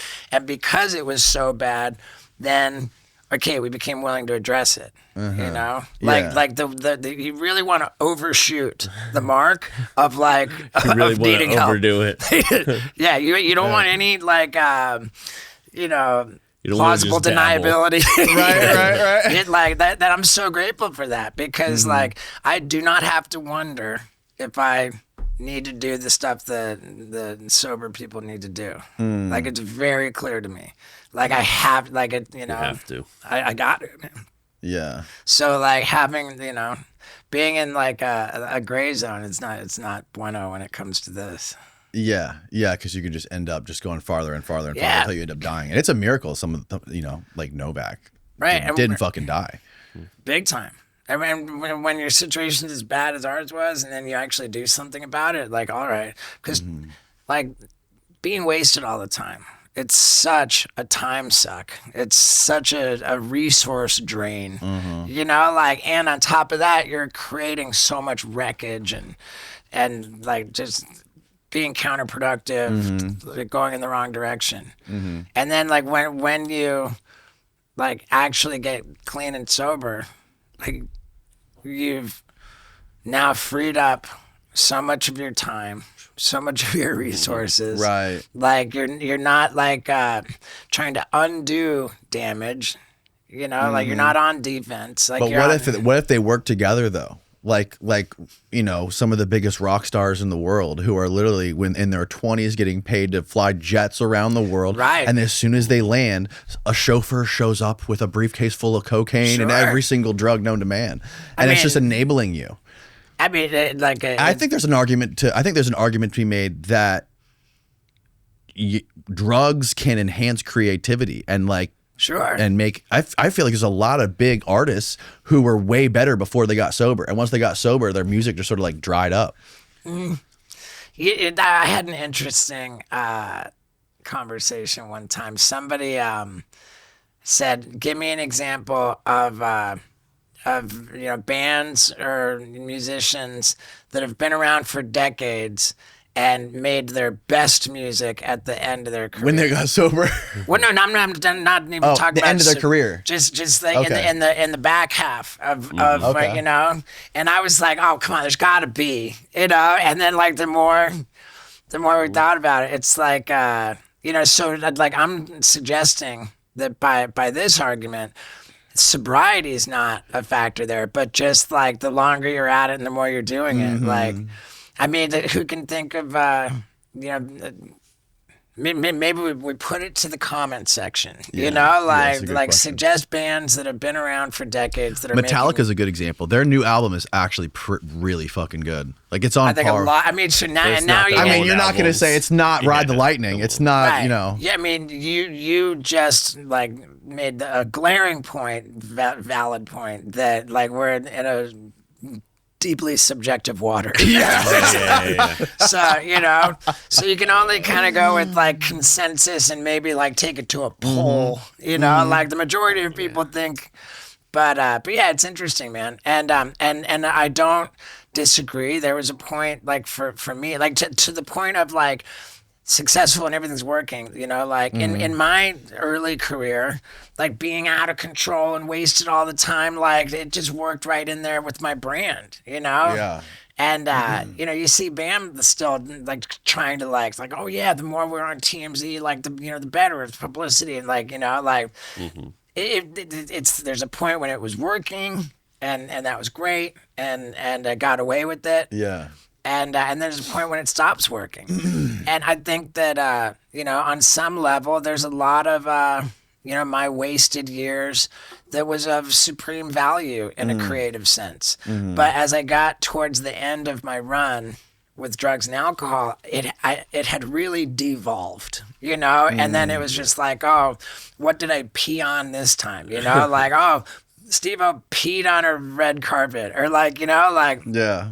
Got kicked out of here for doing that, you know, like Creativity wasn't so fresh right. anymore. And the best example of this is, you know, I got sober in 2008, and 2006 was Jackass #2, and 2010 was 3D. Okay. For Jackass #2 in 2006, not one single idea I wrote was ever committed to film. Not one. Why? because they were fucking awful ideas. Like I was creatively not killing it. And that's before you got sober? That is before I got sober, and I was like, sober, that was pretty at the end of my run. You know, like there was not one fucking idea. They were like, killer, let's do that. Right. Whereas after I got sober in 2010, like I wrote on a roll. Yeah, like absolutely on a roll. And yeah, I mean, I'm not gonna say every idea, but like fucking a very large conversion rate of writing ideas that actually got filmed. Like way more than any prior year. So creatively now, and that didn't happen right away, you know, like I was just about 2 years sober when we did that third movie. Wow, dude. And one thing that contributed to so much was that I was just so much easier to be around. Like it was a real effort to put up with that had to have been one hell of a fucking exercise to try to get all these dudes to get along and like to be on time to shoots. And I mean, like, I was a bigger problem than just about it, you know. Like it was like, oh, dude, I'm on a plane, I'm stuck next to Steve-O. Like, oh no, you know. Like in the early days. Oh, like, dude, you used to do some like crazy shit on planes, didn't you? Big time, yeah. And in the early days, we used to share hotel rooms, and God, was it quick that people like learned not to be in my hotel. Don't want a room with Steve. Oh, dude, like just sit down the. Oh God. Yeah. Congratulations. Right. So I mean, you gotta like, you know, the idea that creative people are more creative when they're on drugs and alcohol. Yeah. Like I won't entirely refute that. You know, I think that there's a point when it's working. You know, when it's working. There's a healthier point. There's got to be in the pocket. There's a point. Yeah, there's a point when it's working, and there's a point when the drugs and alcohol turn on you. Yeah. And when they turn on you and they're not working anymore, and they take over. Yeah. Like you're you know, they're for sure, Mm-hmm. big time. They're, like up to a point, like they serve you, and then it comes to a point where you serve them. Right. And it's terrifying for a lot of people because they're like, oh my God, now I got to get clean and sober, but like my identity, you know, my creativity, what's it going to be like, you know?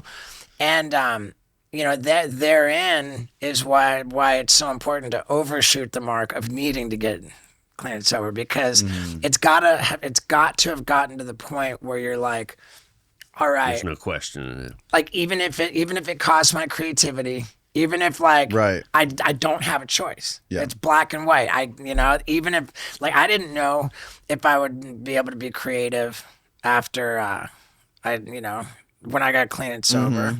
I didn't know if I could, especially because you're in rehab and they're talking about how recovery is all about deflating your ego, you know, like adopting a spiritual, you know, mentality, like believing in a higher power. And I'm like, okay, so like I got to deflate my ego. I got to like be all about like my higher power and spirituality. And I'm trying to be Steve-O from Jackass. Like, how's that? How does that? Right. Like, I'm gonna just take all the ego out of being Steve-O, sure. You know, like, and I just had to not have a choice in that, you know. And when I first got sober, I knew I had to put the camera down. I just knew that like I had to like I had to put that away and just make recovery like the only priority. And and it was easy to do that too because I had effectively burned like every bridge in my career, you know, that was going on. Every opportunity I had destroyed with the way that I was carrying on with drugs and alcohol. And Jackass was not active at that time. Like there was no Jackass activity between 2006 and 2010. So those 4 years were just dark for Jackass. And, you know, like, and I had nothing else going. So it's very easy for me to step away. There's nothing to step away from, you know? And like, you know, as far as like starting, a whole fresh start and everything. Like there's no work to distract me. Like the relationship I was in blew up. It was gone. I had no relationship. The apartment I lived in, I was straight evicted from. Wasn't even, kicked out. So I had a fresh start across the boards. Wow. And there was no job. There was no real job thing until I got like, the Dancing with the Stars wants you to be on. And that was back in 2009. Dancing with the Stars was like more than 20 million people tuning in every time it was on. Like on TV was still like a big deal. Yeah. And I was like, all right, like I can dip my toe in the water. Like I don't have to be a crazy asshole. Right. I don't have to like travel. I just rehearse down the road from my little halfway house, and then go. And so I did that. It was wildly uncomfortable, but I just went little baby steps. And then 2010, it was the end of 2009, I got the call about Jackass 3D. And I was like, ooh. Okay. I was like, I mean, I can't turn it down. Right. But yeah, I just figured it out. And the answer is you can be creative. You just gotta. You can totally be creative, dude. You saw my show, dude. The show is fucking incredible, dude. And then all the video stuff that you guys shot, I want to see the whole thing. I want to see that whole. Oh, well, I mean, I shoot all that stuff specifically for the live show. Oh, really? That's my format, dude. Do you put any of that stuff on YouTube or anything by itself? I'll have like an involved like credit bed of outtakes. Oh, okay. But that's how like my last shows. That's how I do it, dude. It's a multimedia show. That's so fucking cool. It's so unique. I've never seen anything like it. Yeah, yeah. Thanks, man. Ultimately, the film will be like what's the comedy special, Right. And I have like when I do make a special out of this show that you saw the other night, that'll be my 4th comedy special, and the last 2 were multimedia. And they live for free and ad free at stevo.com. Oh, fuck yeah. So if anybody's interested to see what this multimedia comedy we're talking about, the one where I'm on the bicycle with the general anesthesia and the epidural foot race and like the vasectomy Olympics, like and at the end of it I jack off simultaneously blowing a load as I fall out of an airplane. Butt naked with another man strapped to my back. Stop. Yeah, that was called skyjacking. Who was it, Pop? Yeah, that was Steve-O's. That was Steve-O's creativity is list. kicking in. Oh my god! Yeah. Who was strapped to your back? The tandem guy. Okay. I thought it was gonna be Pontius or something. No. That was like I said, that was the first time I ever went skydiving. Skyjacking. Yeah. So yeah, I mean, That's gotta be hard to pull off. When people get sober, they worry that they're not going to be creative, that their life's going to be boring. I think you've blown that out of the water now. I think think you've crushed that belief for me. You've destroyed it. You can do a lot more and a lot better. How often do you ever see Manny anymore? I spoke with him because I was in town. He wasn't able to make it out here, and I wasn't able to make it to him. He's like dead in the middle between Miami and Tampa. Oh, really? I thought he was on the East Coast. He's in Sebring, Florida. Oh, okay. And he wouldn't have been able to make it because his lady, he's got this like outrageously gorgeous girlfriend. I know, I've met her. Yeah. Yeah. I was talking to her forever. She has like a bunch of her family. They're all from Hawaii. Yeah, shout out to Morgan. And she's also awesome. She's a musician, and they were heading up to Tennessee for her to have a gig. Oh, okay. Oh, yeah, I forgot she does music and shit. But yeah, I love that you got all Manny's tridents and stuff. Dude, he was one of our first podcasts I ever did. Was Manny. He's the best. He is really fucking Talk about somebody crazy stories. Yeah. Big time. And talk about somebody who is just has unshakable faith from which, like I can picture Manny, and I'm not saying this in a disparaging way. I can picture Manny like, breathing his final breaths in like the most perfect peace. Oh yeah. Like there's no fear in that guy. No. And bit by 6 different species of sharks. Yeah. And he's only afraid of like bugs. Those are the only types of things he's afraid of. The small ones you can't see. Like he's not afraid of a great white shark or a bull shark or anything like this. Yeah. Just like the little The little killers that are invisible. The ones that crawl down your dick hole. Yeah, those ones. Those are scary ones. Those terrifying ones that eat you from the inside. Yeah. How did you originally meet him? Oh my God. One of the first ideas I had for Jackass came from the skateboarding legend Danny Way. Oh yeah. Yeah, who famously jumped over the Great Wall of China after setting the Guinness World Record for the highest air ever done on a skateboard, which he landed like immediately after the Guinness Book of World Records longest air. He rode in one run the longest air ever done. And he set that record doing a backside 360 and landed it and rode right into the highest air ever done. Back-to-back Guinness Didn't he World also records. drop out of a helicopter? Yep, multiple times. Danny's the best, dude. Like I'm the same age. Yeah, Danny and I are like just about exactly the same age. We were both 15 years old, and his name was on my skateboard. You know, Really? he was pro. Like his first pro contest, he beat Tony Hawk when he was 14 years old. How old were you guys when you met?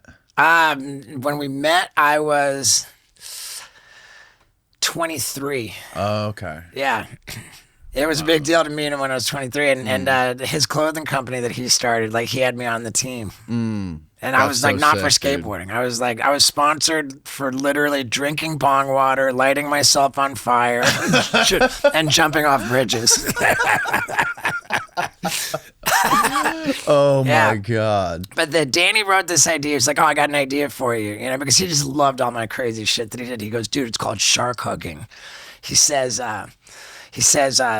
catch a blue shark and reel it up to the boat, and when the shark's just on the boat, you jump off and like hug it. You know, terrible idea because God, dude, blue sharks like whip around and they're Blue sharks are like deep water sharks, right? I mean, yeah, but he was saying to have it on the hook, so you catch it and reel it up to the boat. Maybe it's I don't know, like the depth, but they're fast. They can flip around. But do you have to like go way offshore to catch that, or was that? I mean, whatever. And like, again, I don't know the depth or where you find them, but like, it made sense to me in that if you think of like by like the way that a compass, you know, a compass can only make that circle. Yeah. Outside of that like circle, a compass can't reach. Right. So if the shark was on a line, the fishing pole and the line would be like the compass. You know what I mean? Like, so if you were behind like how far that line could reach, right? Yes. Technically, you'd be able to hug the shark and it wouldn't be able to get you. You know, I did a bad job of explaining, but you follow. No, I understand what you're saying. Yeah. Right. But then again, like, of course, now, like, you can't show that because it's like the hook in the mouth and like the animal. You're gonna upset it. It's just gonna be upsetting and unsettling. Yeah. But the shark hug idea was still like at play. But the way that we filmed all of my footage for the first season in the space of 5 days, all in Florida. I was living first season of what? Of Jackass. Of Jackass for MTV. Okay. Like going back, this was in literally year 2000. So 25 years ago. That's crazy. Almost exactly 25 years ago. It was specifically August of 2000. Wow. So, and I only shot on 3 of those days, of those 5 days. But they had, and we didn't know Manny at this point. This is where I'm getting to. Okay. So they found like a tourist operation that would take you, I think it was in Fort Lauderdale, and they would take like families out to go swim with nurse sharks. Mm-hmm. They had literally thousands of families like that they took swimming with nurse sharks. Yeah, that was the day. So the guy says the guy says you know, the one thing you got to watch out for is your hand movement. Right. Don't wave your hand around the sharks. Right. And I go down there, so we go down there. We're playing with the nurse sharks. We're humping them, like dry humping these nurse sharks. And I do exactly what they say not to do. Like I'm waving my hand in front of the shark, and it bites me. I still have this scar right there. Shit, so my dude. fingers like shredded by this shark. Like well, I just got bit by a shark on the tip of my finger, and I go up, I'm just crazy bleeding, and get on the boat. We got this hilarious medic, Ed the medic. He's got a cigarette hanging out of his mouth, and he's like wrapping up my finger, and later that day, like I'm doing this street fishing, which was originally called bum fishing, but that was with the dollar on the fishing line. When you shit on it? No, you don't shit on it. Oh, You just attach a dollar to a fishing line. Right. You leave it on the sidewalk, and you're out there with your fishing pole. And when you get people to chase it, yeah. When people go to reach it, you reel it in. Right. And so then they're like, you got them chasing the dollar down the street, and you're reeling it in. Super funny. Yeah, so I got my finger all bandaged up. Now, the thing was that when I came on the boat with my shark bite and the blood everywhere, the people in charge of that tourist operation, they said, you can't show that on MTV. If you show Steve-O getting bit by that shark on MTV, then our business is done. You can't, like, that's terrible. You can't do that. And Jeff Tremaine made a verbal agreement. He said, okay, we won't show that. And I got bit by a shark for nothing. I was so pissed.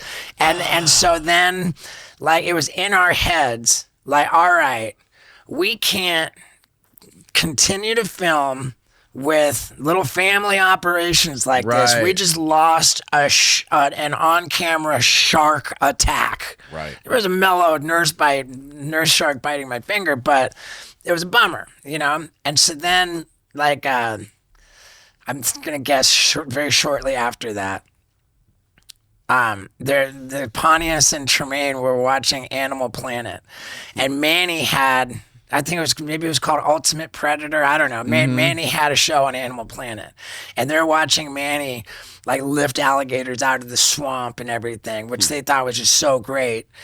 But like the clincher was that he was riding sharks around, lifting alligators out of the swamp, all while wearing a Speedo. Yeah. The fact that he was doing that, jacked too. Yeah. For sure. The fact that he was doing that while wearing a Speedo was absolutely like done. We have to have this guy. Yeah. And then they suspected that, like, had the shark attack happened on Manny's watch, that there would be no issue. We would be able to show it. Whatever happens with this guy, you're going to be able to show it. And he kind of looked like Jesus in a Speedo. Yeah, and honestly, there never was a shark attack for us with Manny. Yeah, and like the first time I filmed with Manny was in the Everglades with like alligators and stuff, and we learned Manny's such an asset. I love him so much, man. Manny's best on camera stuff was largely when something like completely random was happening and he's like peanut gallery, like his reaction, his comments, like when I snorted the earthworm, he just couldn't even believe it. He was like, he's laughing so hard. He was there when Dave England barfed into the frying pan and we fried up the vomlet. Like everything, like just the way Manny would react to just our shenanigans was always so priceless on camera, and like his contribution to, with the animals and under his watch. Like I remember one of the first time swimming with sharks with Manny. He was trying to get us to ride great hammerheads. Like he was doing it like routinely. He'd find a great. He'd go out in the water. Chum, like he's holding a chopped in half barracuda in one hand and a knife in the other, and he's just treading water, just hacking up the barracuda to try to attract sharks to him. Insane. And when the sharks come, then he's like, cool. He grabs its dorsal fin and just rides it around to the ocean. Like so epic. And it was so funny too because Chris Pontius and I that first day with the hammerheads. We're just hanging out on the boat. We're so hungover. We got like no sleep. We're just like hanging out on the boat, just waiting for Manny to scream, "Shark!" Normally somebody screams "shark," you get out of the water. Yeah, time to get in. We hear "shark." We're like, "Oh, hurry up, jump in the Get your Speedo on. Well, we already had our Speedo, so we just had to jump in. But so Manny's, hacking, he screams shark. We get in the water. And it's like, all right, we got some footage, but then we just start pushing it further. So, like, what we ended up doing before the end of that day was, chopped in half barracuda. We literally strapped them all over me. I had the great hammerhead bit. Well, yeah, I had just like chum strapped all over my body, and then it got in the water. And there was like some dissension on the boat. Like the boat captain was not stoked on that. Like there was like the screaming, like, dude, this, and we just did it anyway. And I remember later,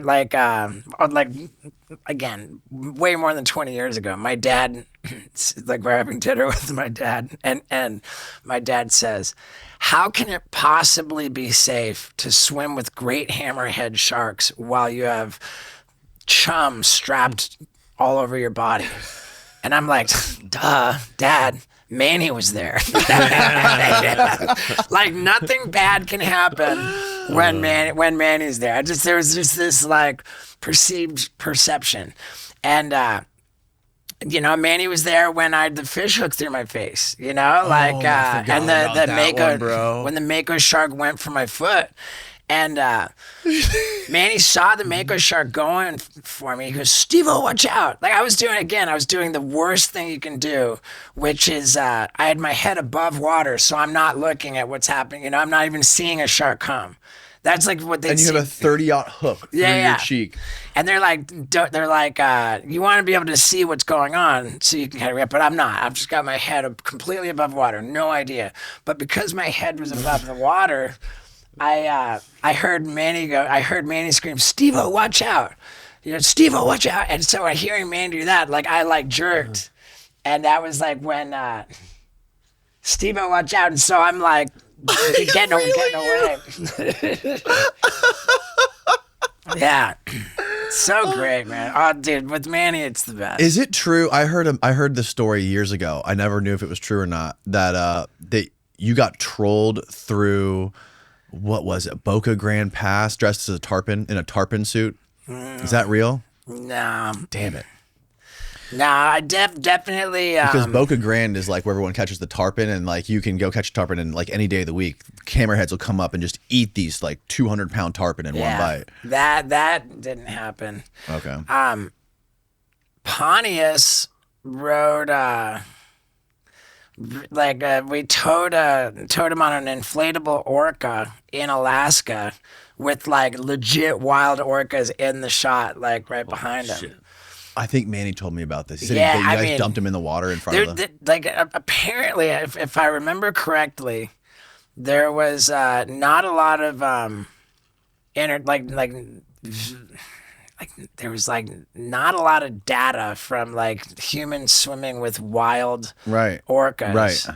And like they didn't know what's gonna happen. They knew that like if the orca's gonna kill you, you're gonna get killed. They kill great white sharks. Yeah, big time.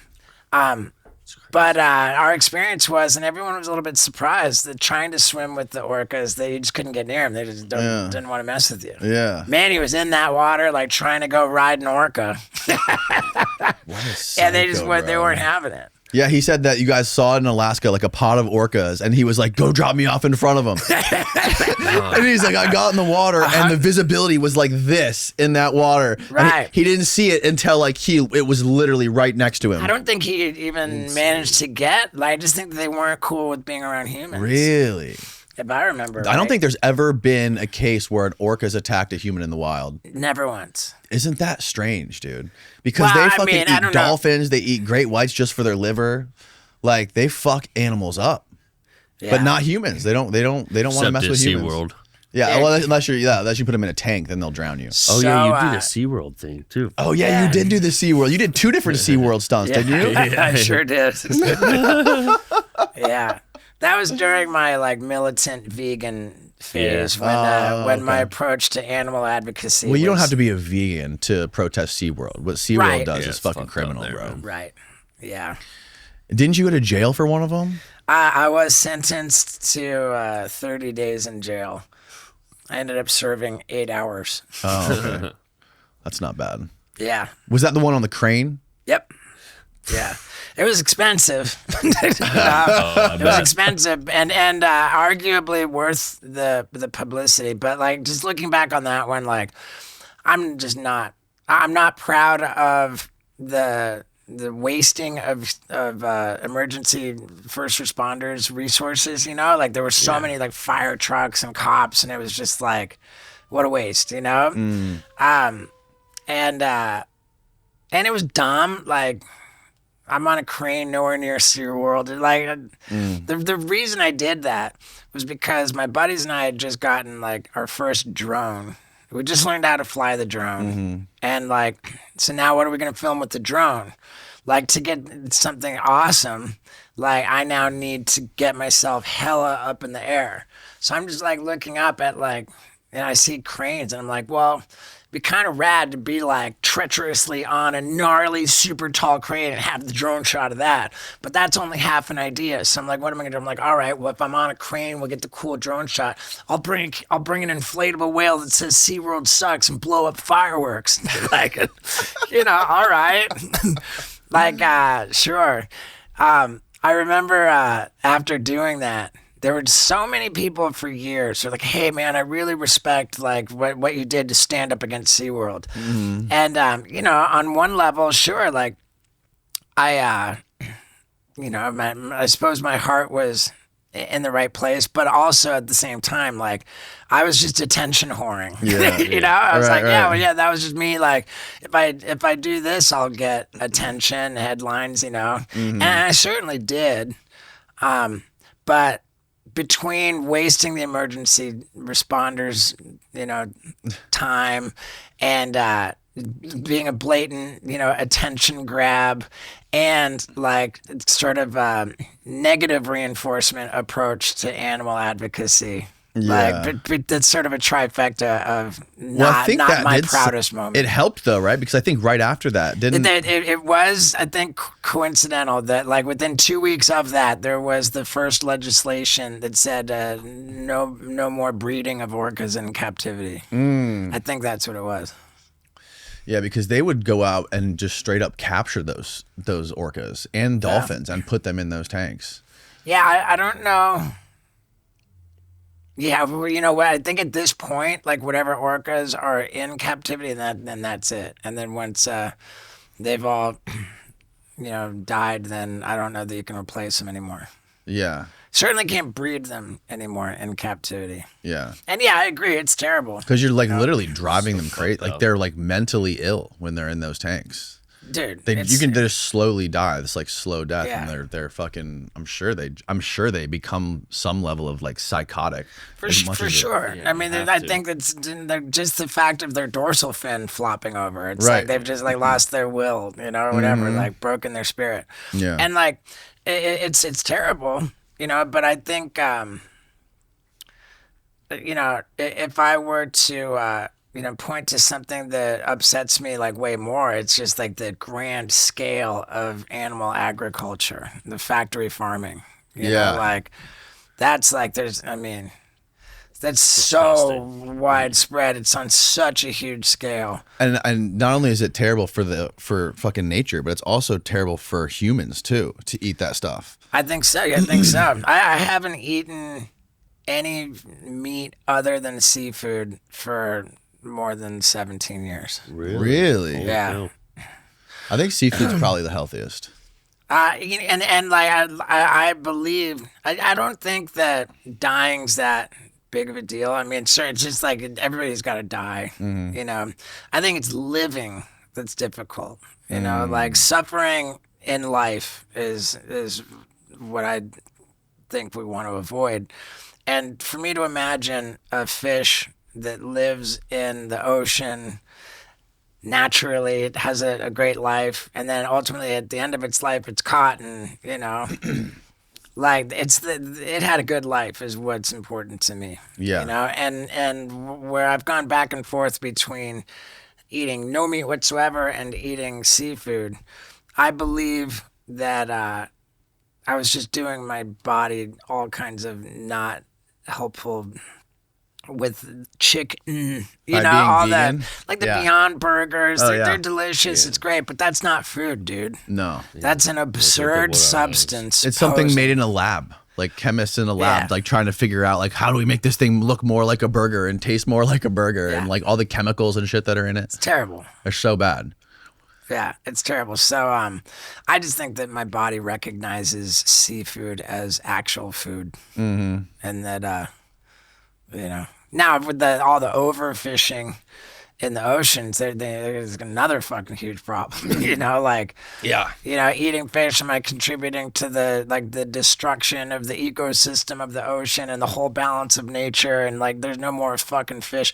What do they say that the plastic in the ocean will outweigh fish like in the near future? Really? gonna I'm say, not. I too. wouldn't I've be seen- surprised. Seen a lot of reports where they find like tons of chemicals in fish that's in the water, and Yeah, yeah. microplastics in Yeah, yeah, fish yeah. now, and it's like, Yep. That's why I was so Everything's stoked to fucked get a up with them. vasectomy. yeah. Yeah, Wait. What does vasectomy have to do with that? my carbon footprint. Do you have any kids? No, No kids? no. I managed to get away with no kids, and I got a vasectomy, so I'm not. I thought about getting a vasectomy. Though I was too scared to do it. Oh yeah, it's mellow, Is it? big time mellow. I heard it was weird. Everyone I've heard talk about it just say it was like super uncomfortable and like I don't know, just the idea of them cutting open your ball sack and like Yeah, I mean, dude, it's very much like when you go to the dentist and they're like, you're gonna feel like a prick, like some pressure here, and like they do the local. The only thing that you feel is that one initial needle that makes it numb. oh okay. So you get you've got one little pinprick to numb the area, and then you literally don't even feel your ball sack after that. Oh wow. And like it's the most I thought, oh my god, I'm gonna get a vasectomy on camera, and then immediately get on a horse and go galloping bareback, like to go be dressed up like a piñata and have kids whack me in the dick with a stick, and I didn't. We pushed it until my ball sack was literally a plum, Is that the reason you got a vasectomy? Part of a bit? Yeah, I got finished for my last tour, the bucket list tour, and it's in the bucket list special, which is free and ad free at stevo.com. What a great reason to get a vasectomy. Right. I mean, it was an idea that I had for the longest time, 20 years. I was like, dude, the vasectomy Olympics, but initially when I got the vasectomy, like the footage, I was like, dude, it's so like barely invasive, like the you say cut open the ball sack, like we're talking like a millimeters incision, and then just enough to fit tweezers, just enough to get like really precise tweezers just to get that one tube, the vas deferens, and then cut that one tube, and you don't feel it at all, Wow. So like. Yeah, I don't know if I'm gonna do it. My wife got her tubes tied when we had our last kid, so I don't have to worry about it anymore. Okay, there you go. Yeah, I can't recommend it enough. I love it. And you don't recommend. You don't have to like do terrible things to your ball sack after you do it. Mm-hmm. But yeah, how You don't interesting have to. is it that for all the overpopulation, are there too many people to feed? When in fact, depopulation is the much more grave concern. Allegedly, right? That's what Elon Musk has been saying that our population is declining. Well, especially in there's certain countries like Japan is having a huge problem with depopulation. China even more so because they had their one baby policy, which seems to have turned around and bit them right in the ass. Yeah, I think they're lying about their population. I just had this lady on here a couple weeks ago who's from China, and she like extensively does deep dives on all of like China's policies and all the statistics they come out with all the time. And she's like made this really valid case of how they're overestimating their population by like 50%. She thinks it's. Oh, yeah, she it's thinks their way lower or population is like, they say it's 1.5 billion, but she thinks it's closer to. 1.41. Right. I googled this. The Who's other day. counting? Yeah. But and India's 1.42. So India's surpassed China. oh, really? Yeah, I believe that's the case. Well, they never had the one-child policy. But apparently, if you do the numbers, like according to China's statistics of their population has been growing at the same rate of India. But how is that possible if they've had those policies since what, like the 90s they started it?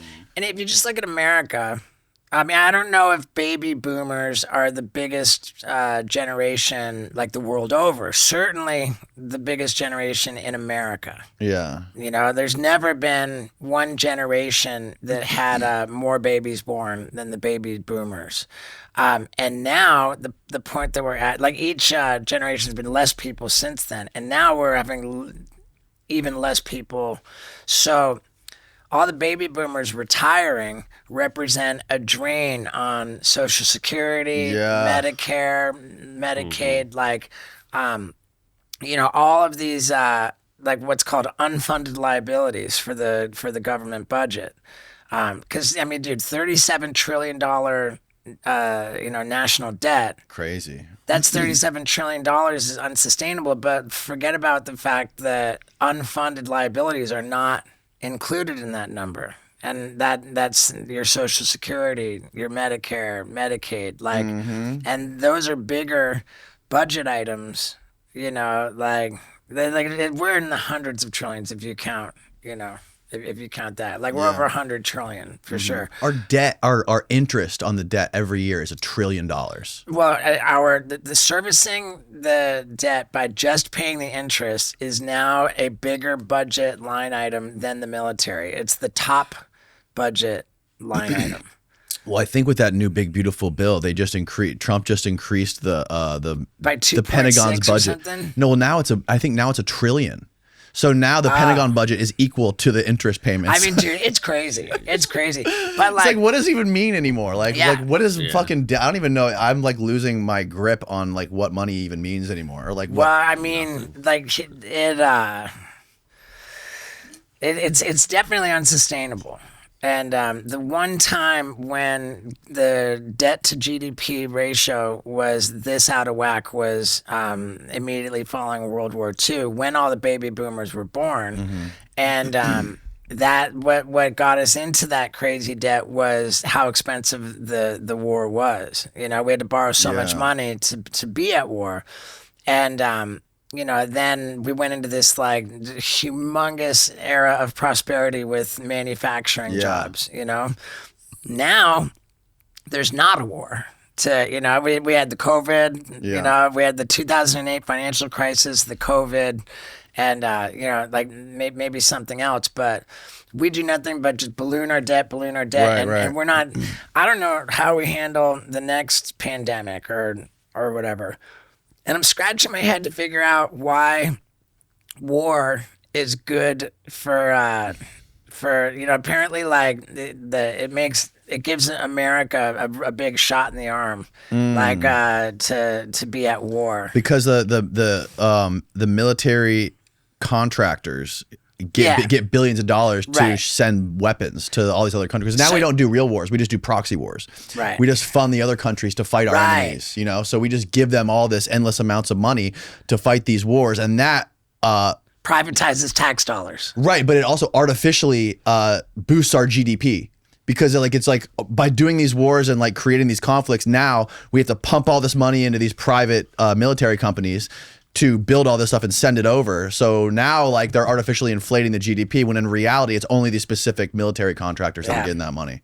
Yeah, it's insane, man. And the point being that baby boomers retiring, they represent just all, they're not paying taxes. You know, the baby boomers are retired. They're done working. And they're costing all kinds of money in Social Security and Medicare. So like, and then you've got people actually working, fewer of them. So it's you know, expenses, not you know, not assets. It's all like not enough new people like creating stimulating the economy, paying taxes, so like where's the money come from to support all these old dying people? Right. Yeah, that's the conspiracy theory. I don't know if you ever heard the conspiracy theory about how they created COVID to kill the old people so they wouldn't have to pay that debt. Oh, wow. Have you heard that one? That's a crazy, sinister one. I haven't heard that one, but I mean, they call it tapering the Ponzi scheme. So if I like that. If they could just create some virus to kill all that only targets like old people, who are like on death's door already, whack them. So now we don't have to pay them all that money. We can use that to pay for other things. I don't necessarily believe it, but it's just one of the theories. I mean, and people aren't having kids anymore either. Like the young people now, women are incentivized to have careers and be like, make a lot of money. It's not even incentivized. There's no more housewives. Forced. They're forced to. Yeah. And that's the thing, is that like, it's just cultural thing. Like, I don't think that I think most women, if they had I think most women want to be housewives. I think most of them want to have kids and raise their children. I think that there's a genetic calling, like yes. It's in the DNA. Like for estrogen makes women want to be nurturing, caregiving, and testosterone makes us want to be macho and providers. You know? So yeah, that fits right in with our genetic makeup. And you just said that you don't understand like how money even works anymore, but it's like it's kind of simple. I think that you look at the World War II ended in 1945. There was this big like boom in the economy from all of the manufacturing jobs. We were making all this great stuff. Like it was the 1950s, 60s, and 70s represented like the heyday of the American dream, where one person working, dad works and makes enough money for the family to have 2 cars, own their own home. Right. Everything's paid off. Mom stays at home with the kids. And, that was the American dream. But 2 major things happened, as I understand it. 1971, they did away with the gold standard. Mm-hmm. Like the fiscal responsibility was built into the gold standard. Like every dollar had to be backed by gold, so you couldn't be totally reckless.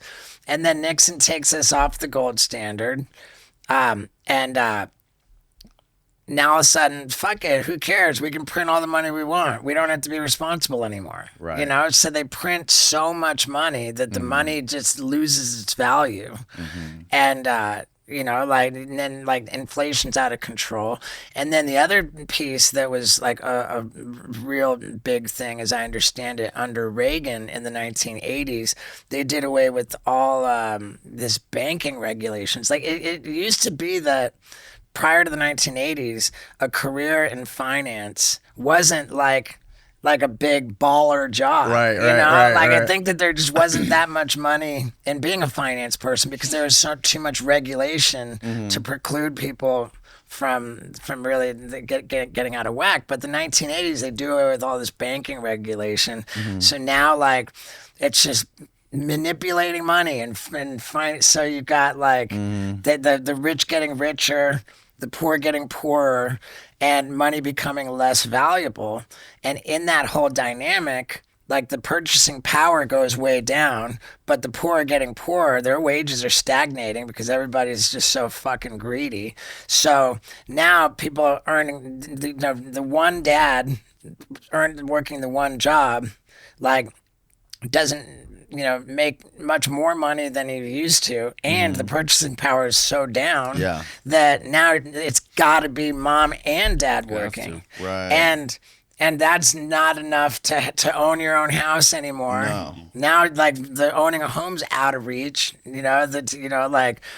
So it's pretty fucked, man. It is pretty fucked, dude. And I saw this coming so like.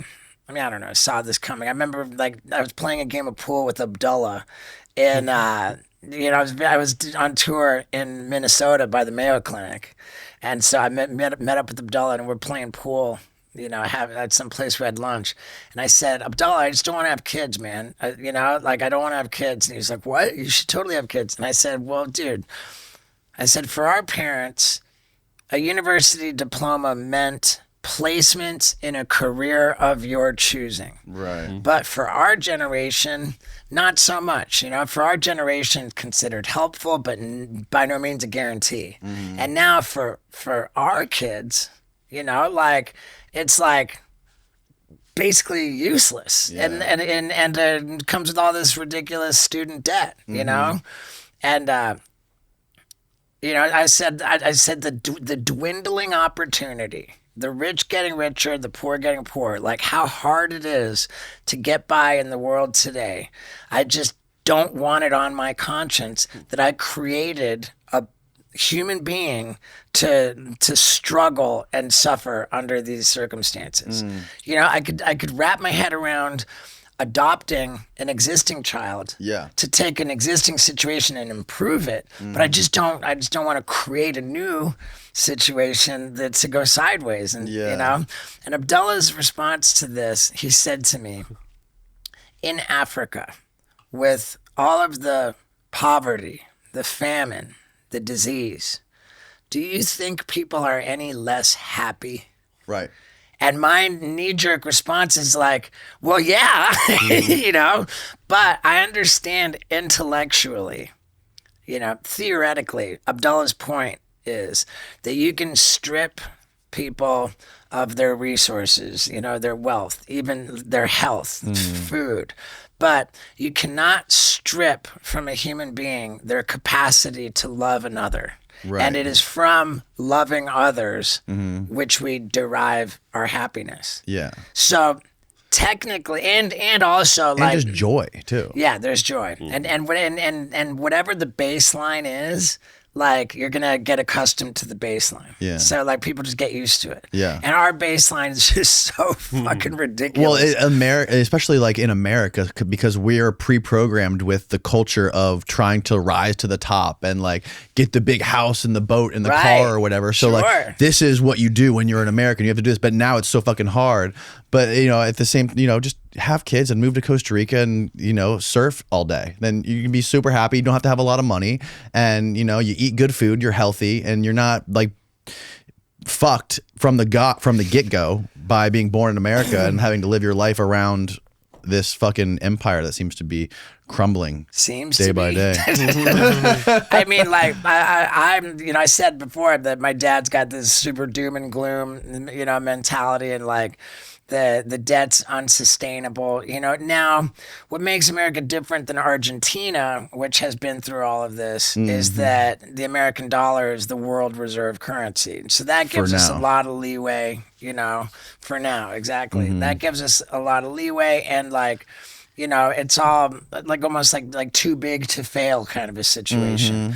But, most recently, and I think exacerbated by all the tariff stuff and all that, I think that a lot of countries are losing faith in the dollar. It used to be the safest thing to invest in was American treasuries. Yeah. And now not so much. Like look at the price of gold.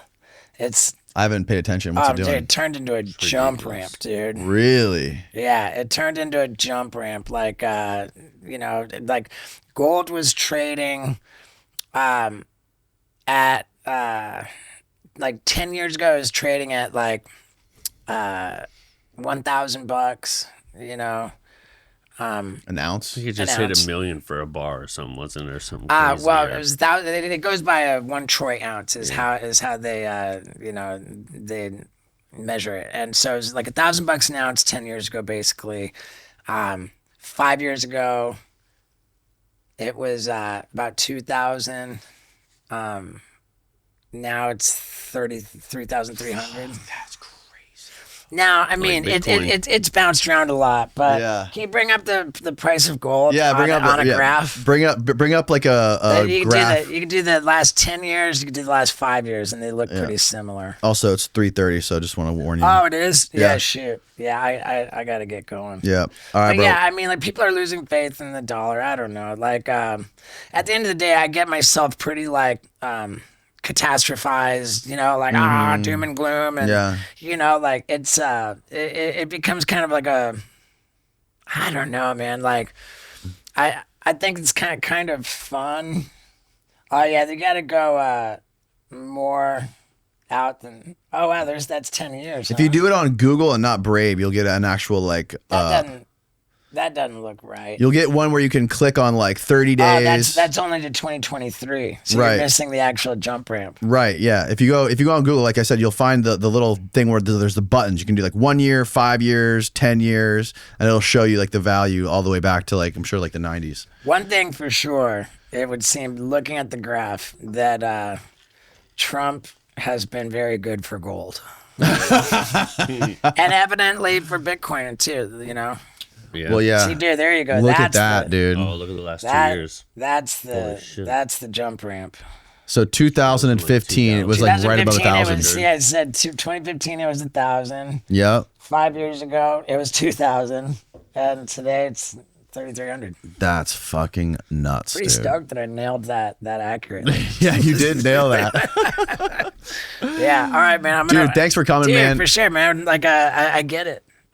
Your tour. Thank you for coming to my show, man. Yeah, dude, thanks for having us. And tell people again about your tour and like where they can like subscribe to your YouTube and all that stuff. When does this go out? This will be out in probably like a week or two. Week or two? All right. So I'll have been done in North Carolina. Next month I'll be in August I'm doing California, Colorado, Arizona, and Utah. Fuck yeah. And then I'm off to Canada in September and October. Incredible, dude. And then I just don't stop. Like I honestly, like I feel like you remember like 2008. It was like one day business as usual, and then the next day, out of nowhere, there's a switch, like a light switch. Boom. It's a crisis, financial crisis. Yeah. That happened overnight. And I think that whatever comes next could likely very much, will be that, you know. I mean, hear the rumblings. You're definitely seeing a lot more news stories about the unsustainable debt. Mm-hmm. You're seeing that the U.S. Treasuries, that the U.S. debt got downgraded. Mm-hmm. It's no longer AAA. Right. Like, you know, you're seeing... You're definitely seeing more stuff that calls it into question, but I just think it could be like super overnight. Like, oh my God, there's a crisis. It happened, you know? And like, just like the 2008 financial crisis, except I think this, whatever comes next, could stand to be like more than a recession, like more like a depression, you know? And I just feel like, man. You think you'd ever leave the country? I don't. No. I don't. I got my 44 acres in Tennessee. I forgot about that. You fucking got a huge place in Tennessee. I can grow a lot of food.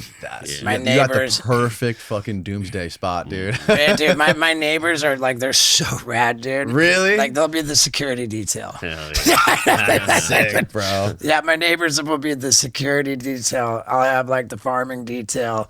Like, I mean, I don't know. Like, it's fun. It's fun to plan it.